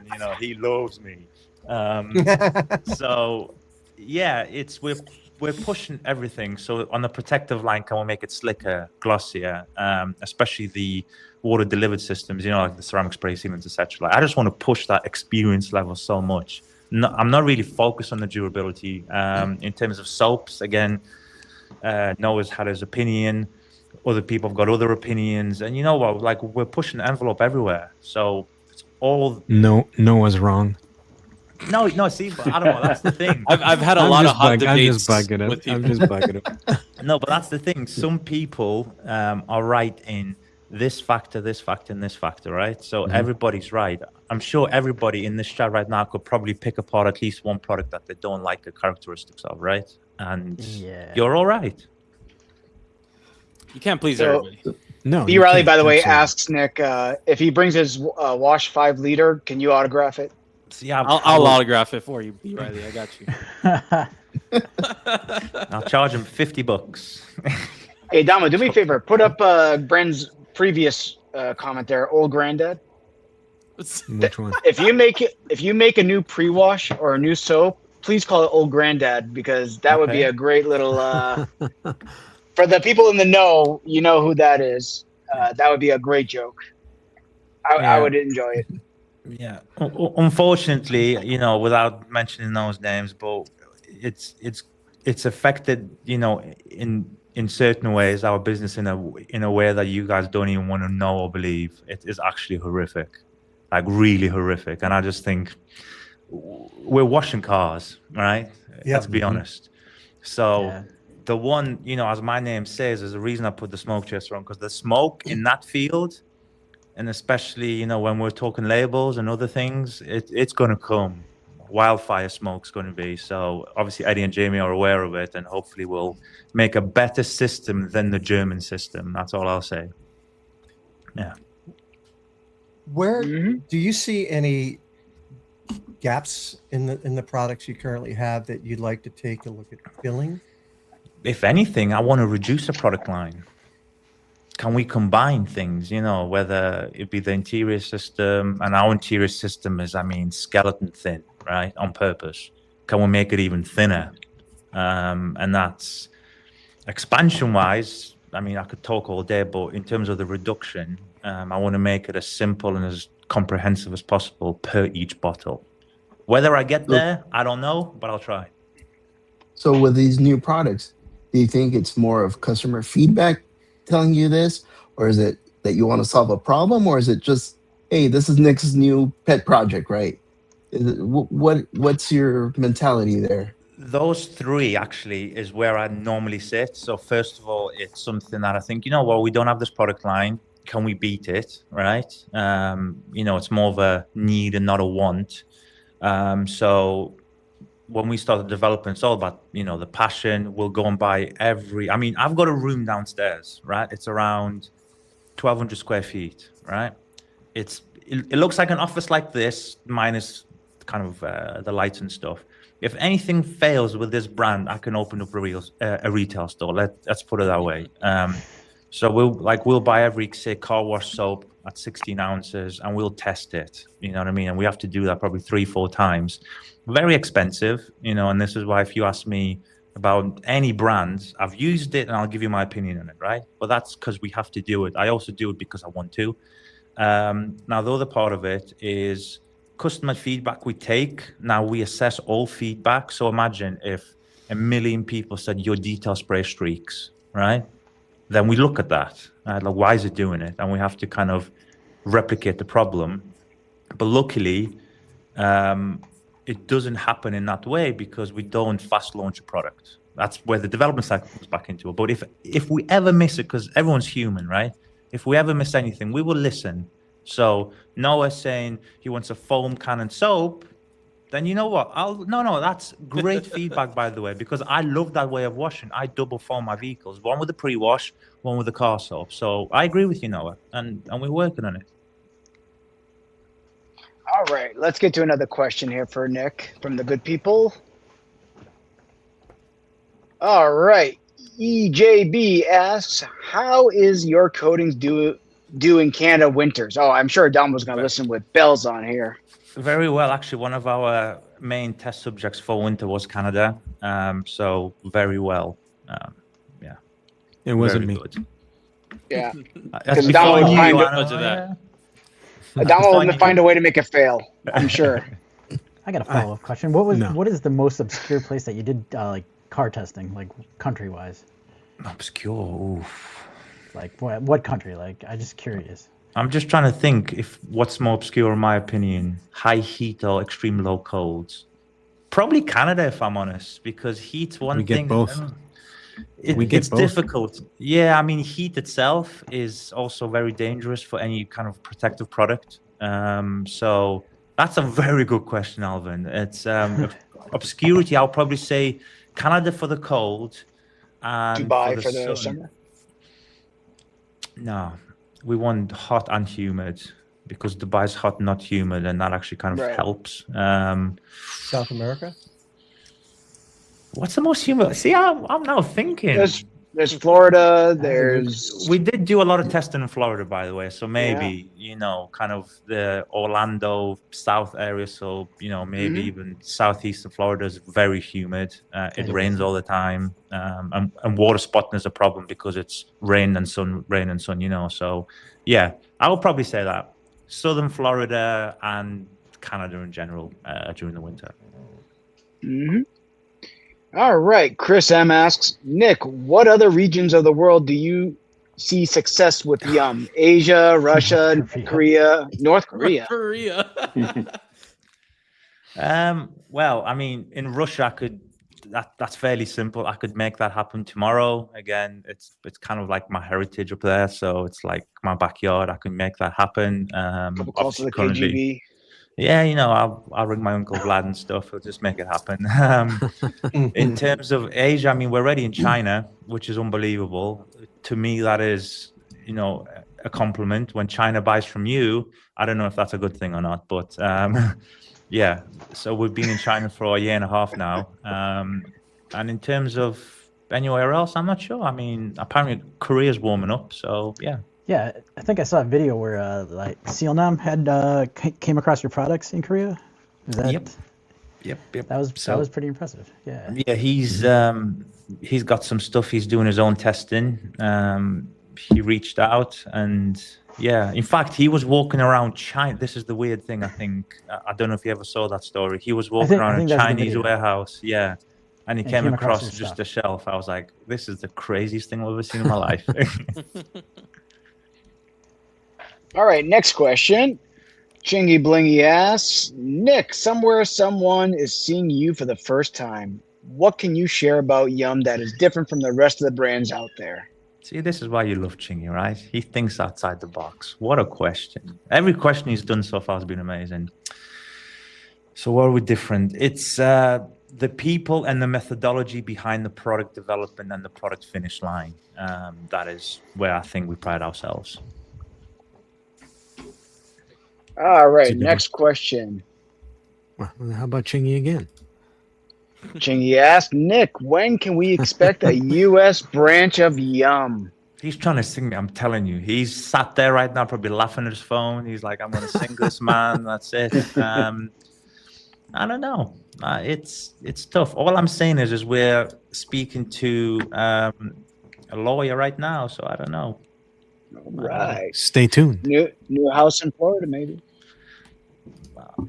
That actually, I don't know on. I don't know. There's a few locations, but yeah. Well, Southern California's always got a home for you here. I appreciate All that. right. Bryce Auto Detailing asks, hey, Nick, what product line inspired you to come up with Yum? No single product line ever did do that. I took a collection of the greatest hits and thought, can we combine it? Because there are some brands out there that have got, hero products. And I thought, well, if you do that across 10 brands, each brand has got, say, 3 hero products. That's 30 products all of a sudden, right? So we wanted to do a one-stop. I don't think it's ever possible, right? But I'm going to try my hardest to kind of do that. But I mean, believe it or not, one of my biggest inspirations back in the day when I was still in the military, Adams polishers. I was about to say that. What about Definitely Adams? good. Yeah. Definitely a good line. Yeah. All right, next question. Chingy again. I don't know. He's just saying definitely Miami Energy. Yeah, I agree. Yeah. I I'm from think Miami. more Texas. I I think think more I think you could Texas. fit in there. Miami or LA. That's what I say. Anyways, Brandon asks, Nick, how do you make sure people know the versatility? A lot of it is not on the label. I was floored by how much good wheel foam was as a high pH wash. We will forever, Brandon, fight the video ladder of it's so fun, by the way. If anyone here probably agrees with me that making videos with nothing on the tail end of that, please buy this at the end of the video type of thing. If you make videos just for the passion of it, that's probably one of the great, to me anyway, this is where I become really sad. It's one of the greatest things. Even Kelly said you become hyper, right, after a video, because like I just enjoy the process of filming and talking. So we try our very best to film as much content, and I think we're close to 500 long form videos now, and it's only going to increase. So we always fight the good fight with information and the side uses. We can't always put it on the label because don't forget we can't control where it's sold to. So somebody might read that in a different way and all of a sudden becomes a problem. So we're using it as a straight product. If you want the side uses, here's the video. But we are making a third version of that to maybe where there's a location of Easter eggs only. Yeah. Maybe throw a QR code on the back where it links to videos. Yeah, that was a popular suggestion, by the way. I really liked your Yum Wash video. That was amazing. What, in terms of using more product? Yeah. Yeah. Some people took that seriously, and I got a lot of hate for that privately. Really? Yeah. Where was that mostly from, though? Where was what? Sorry. The hate from. Some people just misunderstood. I said, look, guys, I'm just joking. I said, how dare you use 5 liters? Do you realize brand X is X amount per gallon? I'm like, you do know it's a joke, right? And some people just took it as another excuse to take a pop. So, yeah. Greg, it's the same people that read the SDS sheet and take it as Bible. The SDS bandits. Yeah. Hey, next time, if they want true hate, I might just unlock an IBC and open that tap and just pour 300 gallons out and say, this is how you wash a car, Straight wash. Yeah. Just lather it on. Next question from J Farm asking, how much more volume can you guys handle before having to make major production changes? I'm willing to find out. I'm willing to find out. I mean, we have a really cool team here. Now, we are not Amazon and we're not Jeff Bezos just yet, but I think the very small team of now 7 that we have, 8 will be next month. We're having an operations person step in. By the way, she left the police of 22 years, 22 or 24, I can't remember. She starts next month. Amazing woman. Production-wise, we have a great production team. They are actually from Ukraine, I'll be completely honest with you. Husband and wife. It was only the wife first. She worked with us 3 years ago. She had to leave this country, the UK, to go back into a war zone to smuggle her husband out because men are not allowed to leave the country. We helped her. It took 14-ish months through 15 different borders, but she exported her husband into the UK. And she called us when she landed in the UK, said, do I have a job and can my husband work with me? I was like, yeah. So now it's husband and wife team on the production side, and they are unbelievable. I mean, the amount of stuff they can do in terms of production and pouring us, it's crazy. So I'm not sure what the limit is. I think we'll run out of space first before the production limit hits, if I'm honest. Cool. And we have a second location in the works anyway. It's literally, yeah. Is that second location just going to be for detailer? I mean, look, we've took up just over 10,000 square feet across 2 floors, and I wouldn't say we're packed, but we're busy now. We might take another 10, 15,000 square feet on for just cold storage. I'm not sure yet. Detailer makes sense. I'm more curious about how the call goes between you and Korea about the wash pad. How many wash pads you need? Yeah. It wouldn't be fair of me to say. that number on Eddie and Jamie's behalf, but when they placed this half a ship order, the wash pad is hilarious. I think we could probably do a container of wash pads. Well, I looked at the number and I thought he's joking. I had to call him. I said, this has to be a typo. He said, no. Yeah, so well, some people are buying them at 5 at a time. Yeah. It's crazy. It's a wash pad. I mean, it's nice, but it's a wash pad. And I'm like, wow. Yeah, but a lot of people use it for soap. A lot of people use it for rinseless.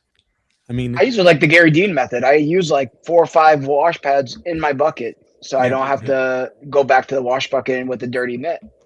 Sorry, Frankie. Yeah. You were. I was just going to say, Adamo, that some people buy it because it's cheaper to buy multiple. Look behind you, of one product than it is one with shipping costs, right? So let's just keep that in mind. Can we? I think somebody else had a question here, but can we get to some of the older questions that have been in there? I'm getting absolutely. This maybe 2-part question might be good. Alrighty. So let's show this one. Chelsea asks, have you noticed an increase in number of women getting into the professional detailing across UK and Europe? Yeah, it's a more men-dominated industry. Now, I do see, the people who eventually catch the algorithm. I do see new faces all the time, which is cool, Like, I don't like that word male-dominated. I mean, we're not lifting anything super heavy, anything like that. So I think it's an all-gender industry. But for some reason, it's probably men like more cars. I don't know. I'm just speculating here. But I do see more and more, yeah. And leggings is approved for detailing, by the way, ladies. Oh, that... yeah. All right. And Chelsea also asks, and are there any female detailers in particular whose work, knowledge, or approach to the industry you highly regard? There was one in Europe, but yeah, no longer, because when you find out true people's kind of motivations, that's all I'll say. But quite big detailers in Europe, they were cool for a short time. In terms of, I haven't seen too many kind of like large profile like people that you can watch all the time, so I can't really answer that question. But I'm sure, obviously, because we're all human and there are some exceptional people in every field, that there will be some real amazing people. Yeah. Is Kelly consider herself a detailer? No, okay. Absolutely not. So she very, very good detailer, but as a title, would you consider herself a detailer? No. All right, I was trying to give you an open for brownie points, but okay, no problem. Yeah. More I need some CEO brownie points right instead. now, actually. I woke her up at like 1:45 this morning. She was like, half eye open. So all right, DIY with Kane asks, hi Nick, in the market where influence hype often outpaces actual chemistry, how does Yum maintain its credibility with so many new products are really just private label repeats with louder marketing? Great question, but I'm going to answer this first word of hype. Can I ask you guys a question, please? Please explain to me why I read some comments, right? And people in the US call us a hype brand, because we're the least, in my opinion, version of a hype brand. I would love to hear some opinions. I can tell you exactly what it is, because your passion shows in your videos, and some people mistake that as hype. So when you see people like Eddie and Jamie and you that show the passion behind their products that they believe in, they think of other influencers that are out there that it is hype. They're private labeling, crap, or it doesn't necessarily have to be crap, but it could be, they're putting a lot of emphasis on, this is the best product in the whole world, where at least you can back it up with, it may not be the best in the world, but to you, it is the best in the world, and you believe it, and it comes through with your videos. And I think that's where people mistake, they must be hyping up something that, may not be true, but that's got to be you the customer has to go out, buy it, try it. And if it works for you, great. If not, then it is what it is. Move on. Exactly. Brant says it great here. Just try citrus. 10 to 1. 1 to 10. Yeah, that's right. Does anyone get any other answers? I'm so curious. To me, hype, well, I hype think hype is go ahead, Don. a short time frame. you guys have been around, like you said, you know, some of your products have been around 6, 8, 10 years. That's not hype to me.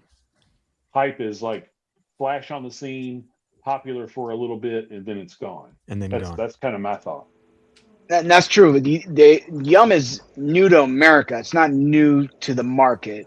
You know, so that's another thing is people think that you're a flash in the pan, but you're not. You're like the overnight success that took 10 years to become an overnight success. You know what I mean? I love that phrase. Yeah, it's I think it's also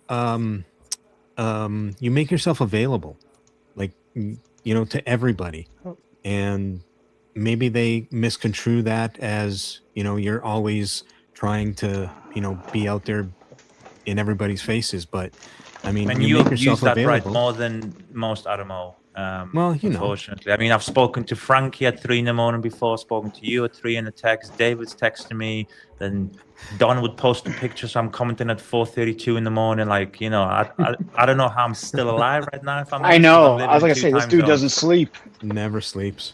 It's nuts. But to answer that question on hype, look, I agree. I think it was Kane, right, who said that. Yeah, correct.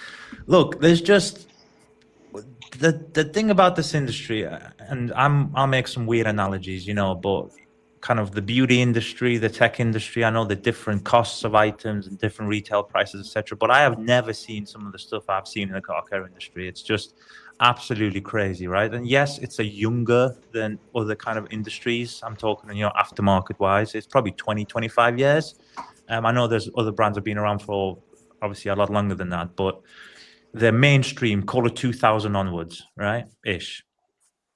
And some of the stuff you read, you hear, and you just think, why? It's crazy. And then obviously the hype kind of element will come into it. And I would read, that comment, and like, I'm not gonna lie, look, guys, ex-military, whatever, Afghanistan veteran, I'm the biggest pussycat in the world.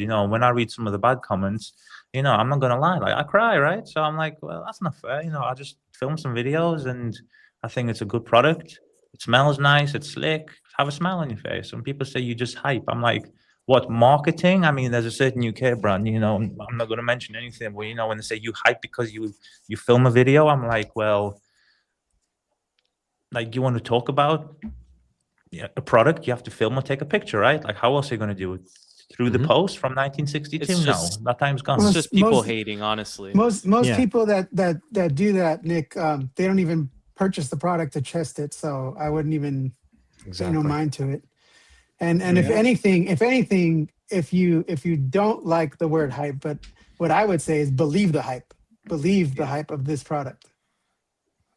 Believe it.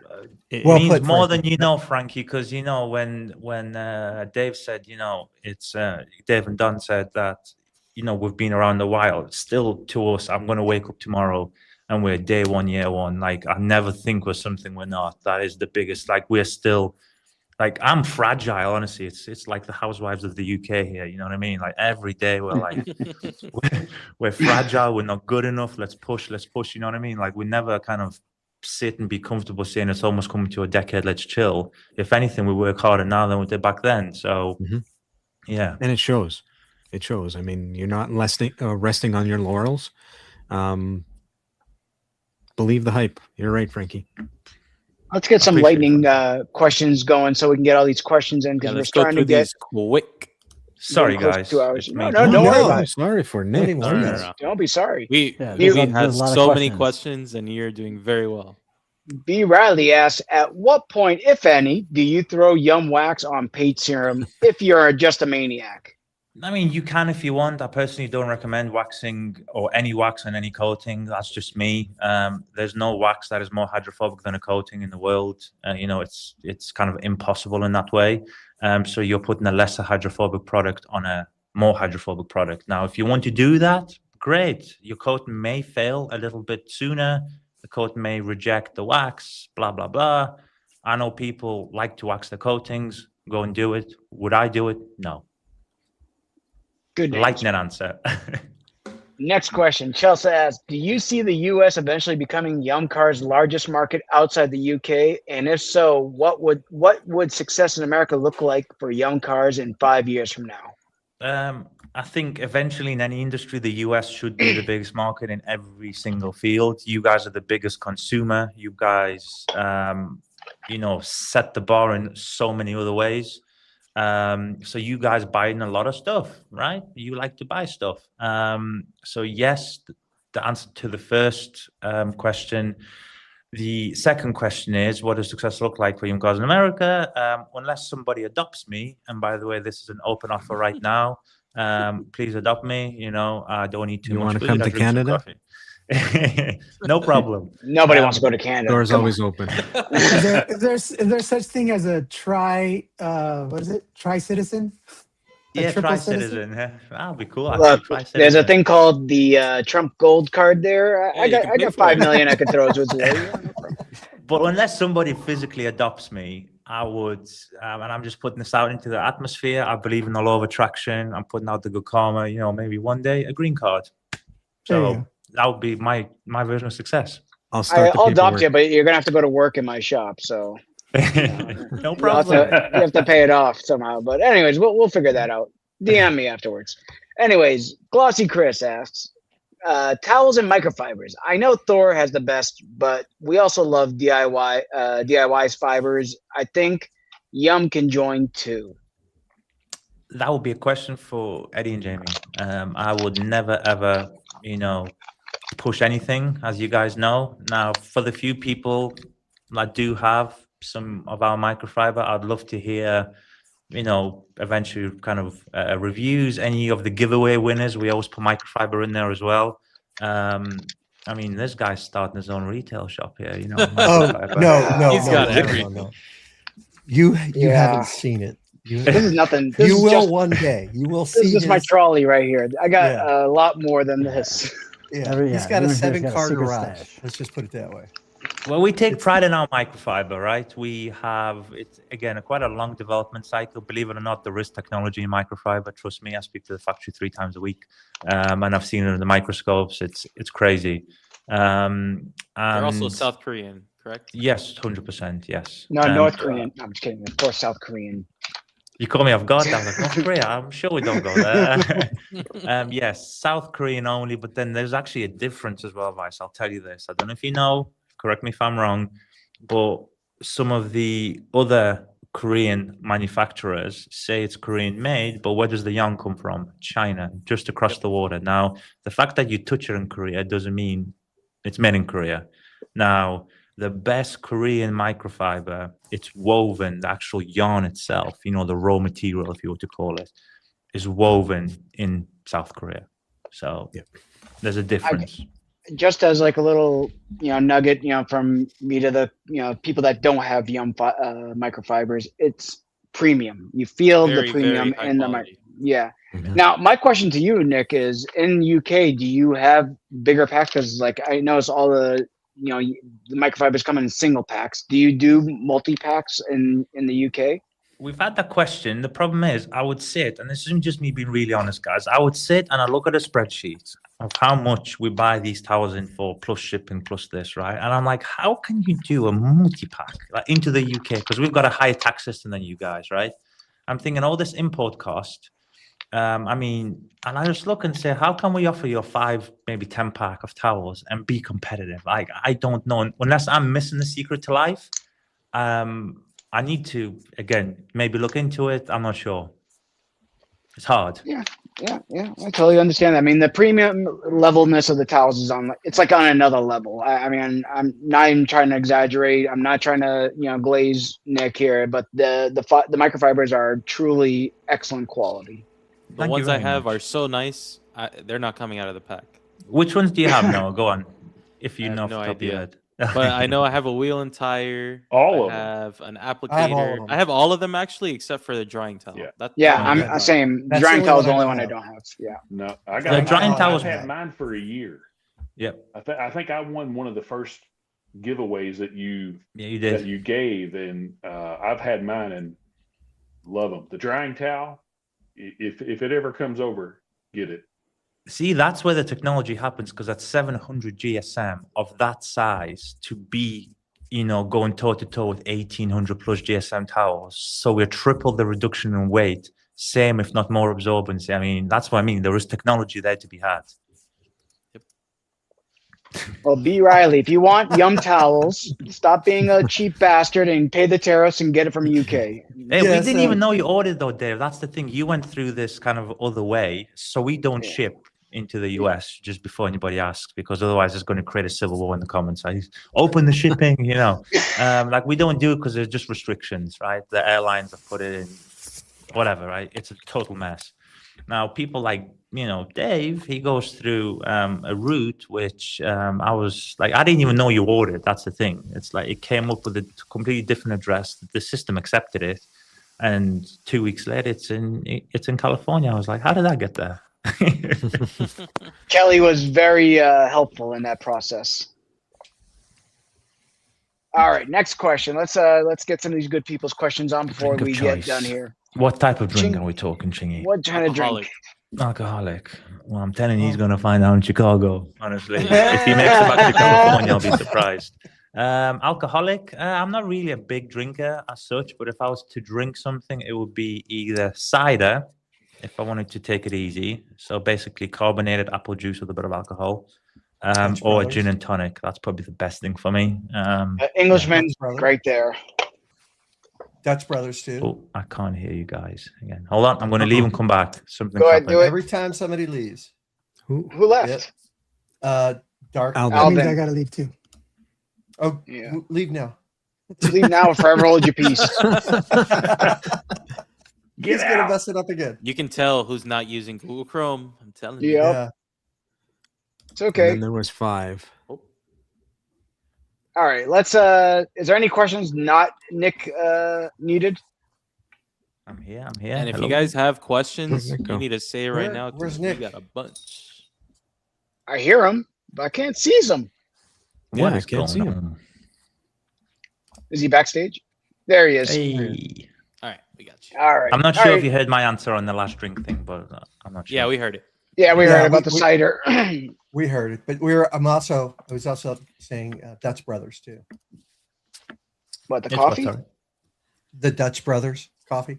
Oh, I mean, you probably And heard the Coca-Cola? rumor from Jamie. That is no legend. The amount of caffeine I consume is literally, I do not know how I'm still walking. I drink a Mhm. lot. Mm-hmm. Yeah. All right. Let's get some more questions in here before we get let to me, the let 2 me hour ask you a mark. question. Let me All ask you right. a Greg, go ahead, ask some Greg. questions. So, will we see any new products before SEMA, or are you waiting until SEMA or after to launch any of the new I products? may just be completely wild and be my typical person, and I might even just drop a product at Chicago. I don't know. You know what I mean? I might just bring it with me. I might just ship a pallet while I'm in the sky, bring some with me in the suitcase too, and just drop it there. Yeah. Wouldn't be Bring, anything bring that some we gallons. Bring some were. gallons. Wouldn't be anything that we Gallons. had. No, it's not Vincent even that delivered. product. Nope, not Okay. that one. No. Not the black bottle. Nobody has seen it. Nobody. So It'd potentially. be hilarious if he's had a foam cannon soap ready to go and he's just been playing us this whole time. Well, that's All I'm right. I'm not saying nothing. You know. Yeah, it's all good. It's all good. We got the Labo super fan here, Corey, asking, is there any way that you can get a video clip of the longest cars in the testing use an inspection light and test hydrophobics on? I'm assuming you mean on the serum test cars. Yeah, I mean, in terms of our cars, we can. We actually had, we have got video logs of people. I mean, it looks like something out of MTV Cribs 2001 edition. Obviously, it looks really bad because people don't know how to film, and they're very uncomfortable in front of camera. But we do have those now. Whether we release, a few people who know about these videos' existence have said, Nick, just release the videos. It'll be like a great, proof of evidence or That'd be proof a great of YouTube concept. video. Make like a compilation video, make like a documentary type style video. That'd be really cool to watch. I just need to ask these people because, again, it's one thing us speaking like this privately versus, you're going to be seen in front of the whole world. If the majority say yes, then why not? Yeah. Next time you do a worldwide test, make sure they sign the NDA ahead of time. That way you can skip that process. Exactly. All right, next question. EJBS. Nick, what's your favorite I'm sorry, flavor of Mountain Dew? That's a redneck question if I ever heard one. That's a very odd question. It's not because you know why they asked that question is because Because every time you bought it in yeah. Idaho. Yes. In the gas I remember. station. I Yeah. buy it like this, it looks like a bucket of Yeah. soap. I think I've only tried the original one. I then try the other stuff with the flavorings and the colorings because I might actually die, as they say. But the original one's all right so far. Yeah. You got to try Baja Blast. You got to try Baja Baja Blast. Blast. Yeah. That's the only Oh, one I really? know, Okay. too. Only Yeah, drink but for it's me is right here. Diet Coke. Aspartame all day for me. All right. Next question. Chingy asked, what is your favorite single product that's outside the Yum brand? He's going to definitely go detail co, I bet. Why are you putting words in my mouth? I'm just guessing. Why are you putting words in my mouth? I'll tell you something now, because the story of Eddie pulling the development back of when our rinseless was launched. look on That's his actually face. a true story. Yeah. The look on his face. Yeah, you're right, Greg. Yeah. He actually walked up those stairs like a sad little puppy. I remember that. Jamie was crying. I was crying. It was hilarious. So I would say the coolest thing was the Nemesis battle. Very nice product. I've used it. There's some videos that I know will never surface on the internet because Eddie will never post them. It was actually really fun testing that we did. Actually, like blindfolded, kind of same sponges against some brands that you may or may not know. So those videos will probably never exist, to the public domain. But that's a real cool product. You know what I mean? And I've had a lot of time with it. I've been honored to give a bit of input here and there on these Have things. you tried version 3 yet? Yeah. And is there now a rinseless V2 coming out from Yum? The battle must continue. Maybe he doesn't think it beats it. Well, Eddie needs to, keep bringing the shovel, as they say. Keep bringing the shovel, Eddie. Them fighting words. Hey, I want to get this question asked since we're on this subject. Alvin dropped out from the conversation here, so you want me to ask this question for him. What was the inspiration for creating Yum Rinseless? What were you aiming for when you put the idea of making that product in your head? For a first shot at a rinseless, you nailed it. And what do you think you can aim higher now that Eddie has upped the stakes? So he believes that V3 is possibly better. I'm bringing my big camera to Chicago, and we're going to put that to the test. Oh, okay? You know what? Me and him fight all the time about it. It's so funny. It's Alvin is the rinseless god. It's again the part about rinseless for us, it was literally for me personally, and what we do here, we do mainly it's like we don't detail anymore, right, as a job, and we don't do it as a service. So we like to maintain cars, kind of film around it, etc. So when we created a rinseless, it was mainly for how can we turn around cars a little bit faster, right? That was for my kind of thing. Now, the development side is how can we make a surfactant-only package? Most companies don't do surfactant-only packages anymore. Like, it gets less and less as the years go on. It's, hybrids and polymers, etc. And then how can we then make a formula that then will not drop out when you add other things to it? Hence the detail of the ceramics. Some other things will come with Easter eggs, right? So that's a three-way development to where we wanted to give you the strongest if you wanted it in a surfactant only. If you want the hybrid, you've got it. If you want the polymer, you've got it too. So, yeah. All right. Thank you for answering that for Alvin. I'm sure he appreciates it. Let's get quick. I'm sorry. Go ahead, Greg. I'm there. That was the question. All right. Adamo, bring it back up. Pure Motion Detailing, North Carolina asks, how do you and Kelly come up with the name Yum? People think we're a pizza shop or a burger joint, honestly. It's crazy. So actually, it's a real cool story. It was a tip to the hat to the previous life, but we were car people before this world as well. And it was for some reason, my first ever number plate was RS3 Yum, right? So that's the license plate. So Audi RS3, obviously. So I thought, that's cool. It looks quite nice on the back. It was nothing to do with Yum or anything like that, right? And then eventually we got known as, most people in the car scene, I don't know if you guys agree, will never remember your name.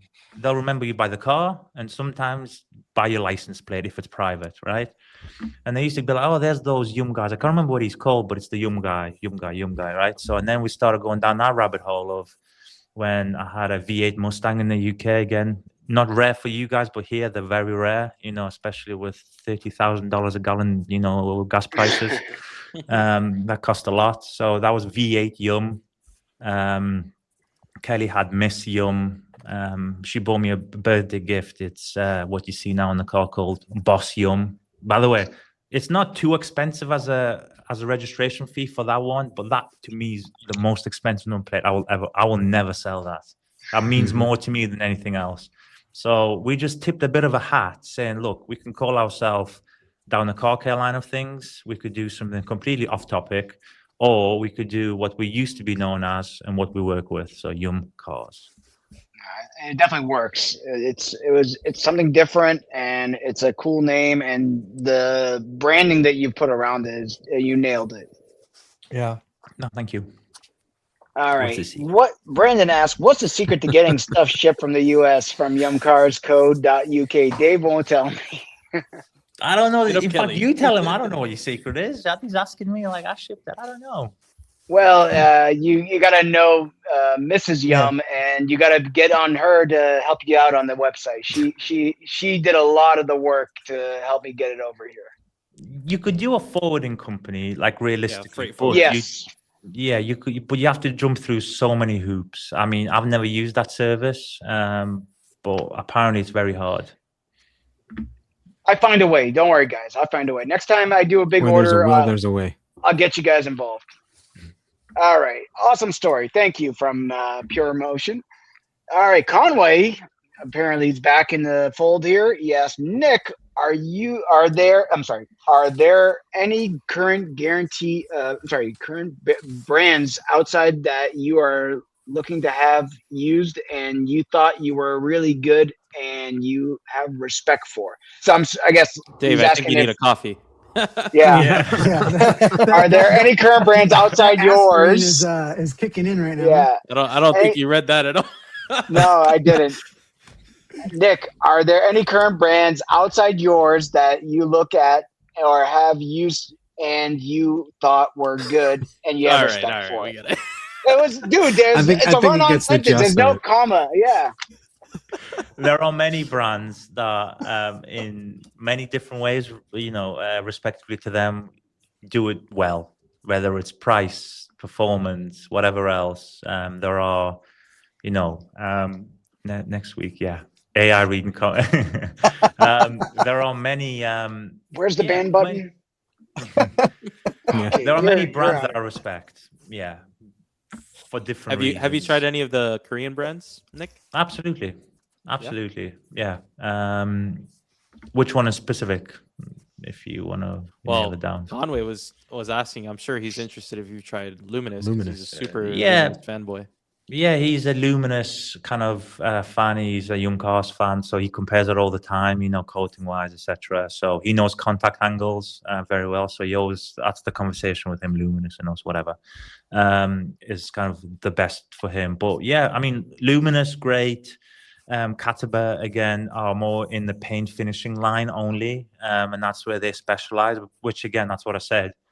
Some brands you respect for this, some brands you respect for that. So Kataba have decided to, we want to just go towards this segment of car care, and we're going to try and kill the game, right? Mm-hmm. So you've got to respect them for that because that is a very niche way of doing things, but they're focusing on certain that they're good at. So they're working it. Yeah. All right. We got a couple more questions here. Chingy asked, Nick, do you have other family around besides Kelly? No. Well, technically, day to day, no. My mum and dad are about 3-4 hours north of us in the north part of the UK. So I've got them. Kelly, unfortunately, has not. And my other part of the family is still in East Ukraine right now. Receiving fireworks over their heads every day. So, yeah. Good Lord. Mm-hmm. All right. Way to bring it the temperature down there. All right. Let's get a better question out there. We got any questions from the panel here. We've gone through quite a few questions or comments. Yeah, we're caught up with those. Yeah. All right, perfect. All right, guys, no more questions. We're done. Yeah, yeah, no. So, all right, one more. Then I've got a question here. Yeah. So Yum body wash. That would be nice. I can't imagine what the scent would be. So, what intrigued me initially was the 3 products for the tires and how you guys use the tires. I had never seen that before. I'd seen you spray something on the wheel and tires and clean it. And the videos that you put out the first week, you had the wheels, wheel foam, and undress. How did you guys come up with that? The idea of that? What's the concept that you had behind that? Well, the go-to has always been, and still is, to be fair, is undress and wheels, right? If you want 2 products, one for the wheels, one for undress, no problem. Wheel foam was never meant to exist, by the way. Wheel foam we made for our carbon ceramic 911. That's the story, right? And a few people said, Nick, if you don't release this because of its multitude of uses, both for wheels and paint, yeah, it will be a disservice to the industry. Wheel foam's born, right? So wheel foam was never meant to exist, by the way. And whether it continues to exist, I don't know, right? It's one of those things. I said we're looking at shrinking more than expanding. So undress, again, we did some heavy testing against silicone dressings. Citrus, great, but not that great. APC, again, great, but not that great. We need something that's going to penetrate 100% of the time. It will not defoam, it cleans, blah, blah, blah. Undress is born, right? So when people say tire cleaners are just hyped up, extra strong all-purpose cleaners, couldn't be further from the truth. In some cases, yes, they are. It depends which brand you're talking about. But a brand with ethics and a vision, that is far from the truth. And obviously the wheel cleaner was our, I think, second product ever to be launched. And that came from a need of, at the time, we had high-performance Mercedes cars, right? And any German brakes, I don't know if you know much about them, but you look at them in the dust, right? It's just horrific. So we actually developed a killer product off the back of what we had at the time. Maybe if we had a different car that didn't dust as much, maybe we would have had a different wheel system. I don't know. But we just went with the nuke option that's neutral.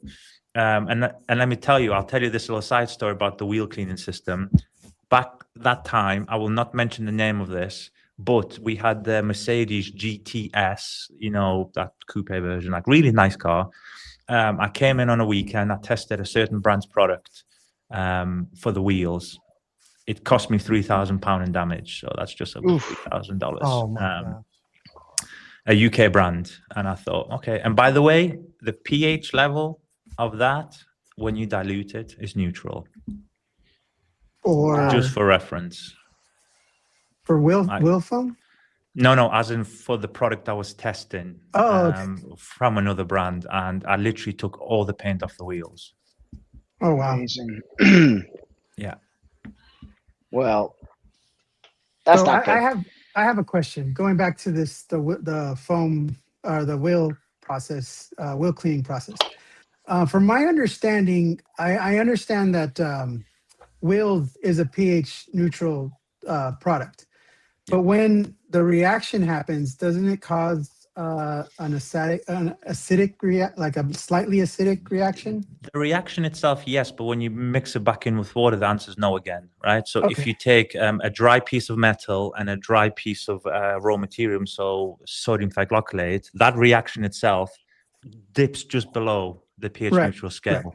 You put water back into the mix, and it's like literally, I mean, you're talking 0.1, 0.2 of a pH. It's right. If you can dip 0.5 each way, south or north of the pH 7 scale, you're technically in the pH neutrality scale still. Yeah, and then adding wheel foam on top of that actually helps too, right? Yeah, so wheel foam will actually take you over into the pH, the higher pHs, so into the alkaline scale. And again, people say, why do you need to do that? Why don't you just use wheel foam on its own? You can, right? So a reactive product you don't use every week. If you want to imagine a straight cleaner, right? Wheel foam. Now, if you want a product that is high pH, that will degrease a lot better than wheels, that's what wheel foam is, right? If you work in your climate, Frankie, where it's hot all the time, and the sun's beating down on the wheel like this, you want a white reflective surface and a cooling kind of agent to help the reaction of the wheel go longer, because a product in your temperature is going to dry out in 30 seconds, right? And you need more reaction time. So each one of those things can be added with wheel foam or removed if you don't want to use it. So it's an addition and not a necessity. Yeah, thank you for that explanation. I'm sure a lot of people. Yeah. Oh, and one more thing, if you've got gloss black wheels, you don't want to be dragging, whether it be a detailing brush, phase brush, wheel, whatever you use to clean, the high pH nature of wheel foam actually adds the slickness, so it just helps against the swirling. Yeah. Okay. Awesome. Anyone else something to I add? have a question, Nick. Sorry. Nick. Go ahead. All right. Go ahead. So Nick, for reset is like a 4 in pH, right? Diluted. Around there. Diluted or raw. Diluted, yes. It depends on your order, yeah. So is there any reason why it is relatively low in acidity as compared to other acid washes? Like, for example, I think Labo is 0. And then I think it's a 1. I think, a 1, I think. Well, it's very close to being the maximum kind of level. Is there any reason why reset is higher on the acidity?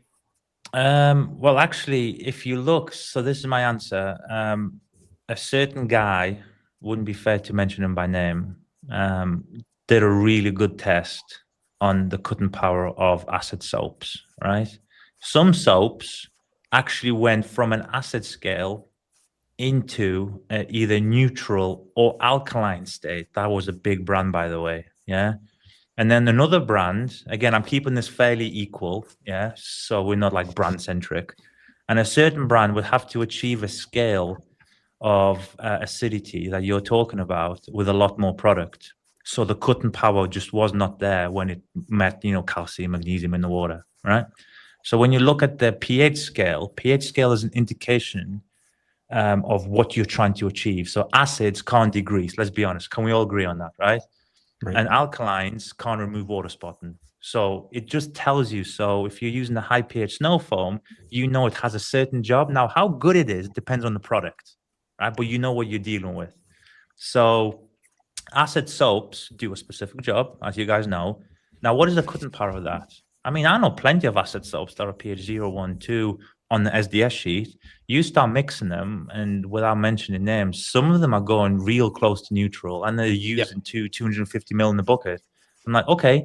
So whereas our raws, if you look at just a tad over 3 ounces, so 3.1 ounces, we're achieving, in my water, 3.7 pH. Now, for that to be achieved by some other soaps, you're using double, maybe 2.5 times the product. So I'm not really looking at the pH. I'm looking at the finished pH and, of what it does on the paint at that point. The SDS pH, I mean, that's just to give you a safety and an indication factor of where the product is going to be attacking. Yeah. I just asked that mostly because I know there's some professional detailer near me that I was having a discussion with him, and he told me that he prefers to use ones that are lower in pH to unclog coatings, but I haven't seen much of a difference. Is this the same professional detailer who sold you the gallon by any chance? Maybe. I mean, look, he's already jaded, right? Listen, I've got spies everywhere, right? And we all know who that guy is. I'm surprised you remember that. Yeah, of course. Listen, don't forget where I'm from. I'm from Eastern Europe. Human intelligence is my thing. You got eyes everywhere, apparently. He knows everything. That was a long time ago, too. Cold War was a real thing, my friend. Cold War was a real thing. So. Yeah, trust me, it's still happening. But look, with that guy, the opinion, and then for a product to now look exactly identical with an almost similar scent profile, that's all I've got to say. Like, he'll say one thing to you 6 months ago, but all of a sudden, a certain short video last week or 2 weeks ago looks mightily similar. So I'm just thinking, guys, I'm talking as Nick the car guy, Nick the honest guy, rather than other things. But I know the guy you're talking about. Hey, at least he bought 2 gallons, so I do appreciate. He bought a lot. And it's still he likes it. Yeah, and it's still an honor that we were the brand that we went head to head with in terms of a development case study, whatever you want to call it. So it's cool. Nick, for those watching that haven't tried Reset, what is your preferred method and how would you use it? Two methods. You can either use it at just over an ounce for a more common wash. So just a little bit slightly acidic, very nice, softens the water, but you're not getting any of the properties of, water spot removal, etc. That's one way, and you can use it weekly like that. Or if you want to do more of a shock kind of therapy once a month, once every quarter, I would recommend, minimum of about 3 to 3.5 ounces, so basically 100 ml. And I would use that in the bucket as normal soap to either revive coatings, remove water spotting, or a mixture of the two. Okay, so do you recommend foaming it on and then using it as a bucket wash? Yes, I mean, for a reactive product, by foaming it on, it actually gives you that extra, however long it takes you to wash a car, imagine 2-3 minutes of extra dwell time. Right. If you've got something stubborn, it's nice. And the reason why it's made to foam the way it foams, I mean, luckily, hopefully, Noah, tell me, Reset foams like an absolute king. I really like Reset. It's really nice. Yeah. Yes. Reset, So with my trash water, it foams like a king. Yeah, so we made that in a way to where now we're trying to mimic the snow foam method of dwell is king, because you're trying to make it react with a certain product as long as possible. So I would recommend that, Frankie. Thank you. No problem. Cool. Now for citrus, Fernando, you had some. Sorry to interrupt you, Fernando. no problem. For citrus, is there any dilution that would be safe for PPF or all dilutions? You could do it neat. Okay. Okay, for some reason I was thinking that there was something on the label that said it wasn't safe for PPF. Yeah, well, it's not that it's not safe. It said basically it says not suitable and be careful for wraps, right? The reason we put that is we want people to question it straight away, only because PPF and wraps are obviously a different material. And a lot of people have a negligence of pre-washing in general. Like they'll spray it on, go and have a coffee, have a cigarette. Before you know it, it's baked in. Now, to fix a problem on paint's one thing. To fix the same problem on PPF or wrap, very dangerous, because if you polish it wrong, you'll just burn through it, right? So, as you know, some of our cars you see on the YouTube channel, fully PPF covered. I mean, you can take it raw all the way. Obviously, I wouldn't recommend it because it's going to be too expensive and it's just way too good neat. So obviously dilute it. But if you had a big IK sprayer like this, neat citrus everywhere, no problem. I got a question from Saeed. It's looking for the dilution ratio in an IKE foamer for Reset. For Reset, IKE foamer, slightly different. I would do 19-1 is nice. 19-1 is nice. I do 10-1 sometimes, and it works good too. Yeah, it again with the reactive products. What do you want to achieve? How strong? How quick? Right. Do you want the reaction to happen? Yeah. All right. Any other questions, boys? I think we've taken a lot of this good man's time. No, I love this. By the way, if I could, I'd stay for another 2 hours. I'm more worried about your time. No, Nick, no. Thank you so much, man. I don't have any work tomorrow, so I'm good. You taking the day off, Craig? Yeah. He's been working every day is a day off for that man. I appreciate you, Frankie. You know what? Yeah, I appreciate you. Thank you so much. I remember meeting you at SEMA last year. I was like, because we spoke a while, prior to that. Yeah. And then you tapped me on the shoulder and you said, "Hey man, my name's Frankie." I was like, "Yo," it was so cool. Yeah. Did you need step ladder to tap him on the shoulder? Pretty much. I had my girlfriend give me a boost. There you go. Yes. All right. So I'd like to thank everybody for coming on to watch the show and ask all the awesome questions. Nick, thank you so much for coming on. I'll leave it to Adamo and Greg to take us out. You guys take it away. Yeah. Thanks Thanks, David, for that. Yeah, we appreciate you taking the time. No, it's 3:00 in the morning, so you probably got up about 1:30 to head into the office. Yeah. And answer our questions, answer everybody's questions that came through. Yeah, thank you very much, Nick. We appreciate it. No, thank you guys. You make it all happen, and I give the usual spiel to you, and you're probably bored and you're going to yawn now. But you, every single one of you on the tiles, and the people who've already left us, your Conways and your Alvins, and thank you. I should be thanking you for just even wanting to listen to anything I say. Oh, Yeah. Nick, it's been such a pleasure. Like this whole ride, just for you being available to any one of us. I mean, you're always you're active in socials. If anybody has questions, you're there to answer. You make yourself available. And over the years, over the last year or so, we've spoken a lot, and I just appreciate you, all the support, especially with everything some of us have gone through this year. You're a gem, my friend. You and Kelly, top I notch. appreciate you guys. Thank you so much. I will say that I have heard, and I might be saying this without checking, but I have heard that there might be a special guest in Chicago. Apparently, I'm not sure, but yeah. Somebody by the name of the Swamp King detailing maybe there. Have you ever told these guys that story of the Swamp King? Nope. The disrespect. The disrespect. Go ahead.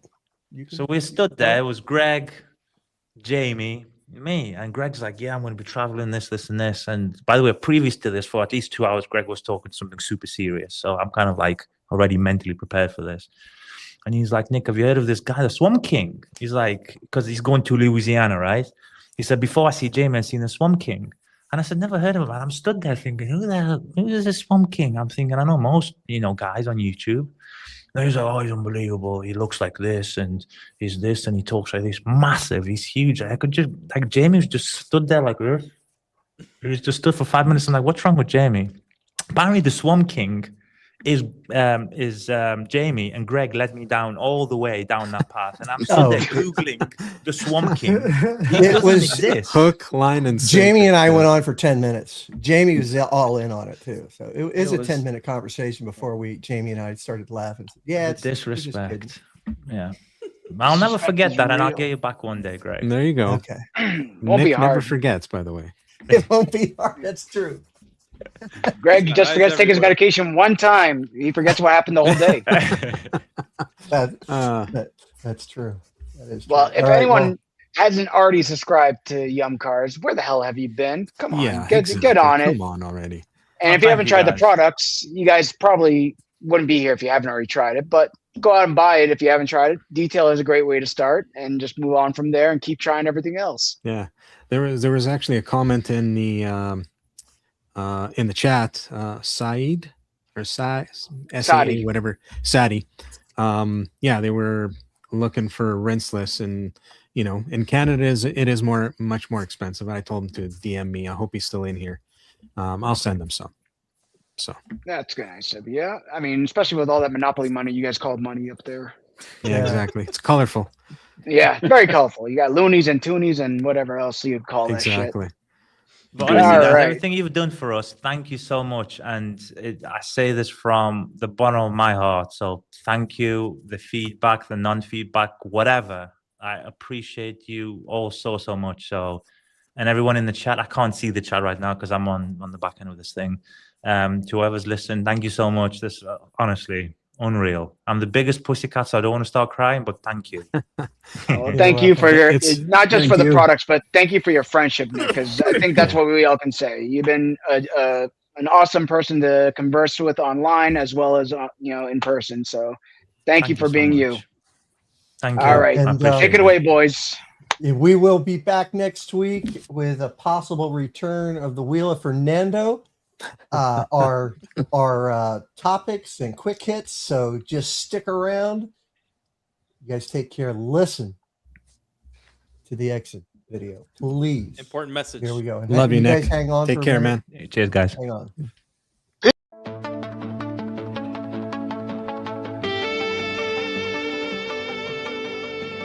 Thanks for listening to Clearcoat Confessions. Just a quick reminder, the opinions and hot takes expressed by our guests today are entirely their own and don't necessarily reflect the views of the hosts. Detailing involves heavy tools and strong chemicals, so if you try any of the techniques or products we talked about today, you do so at your own risk.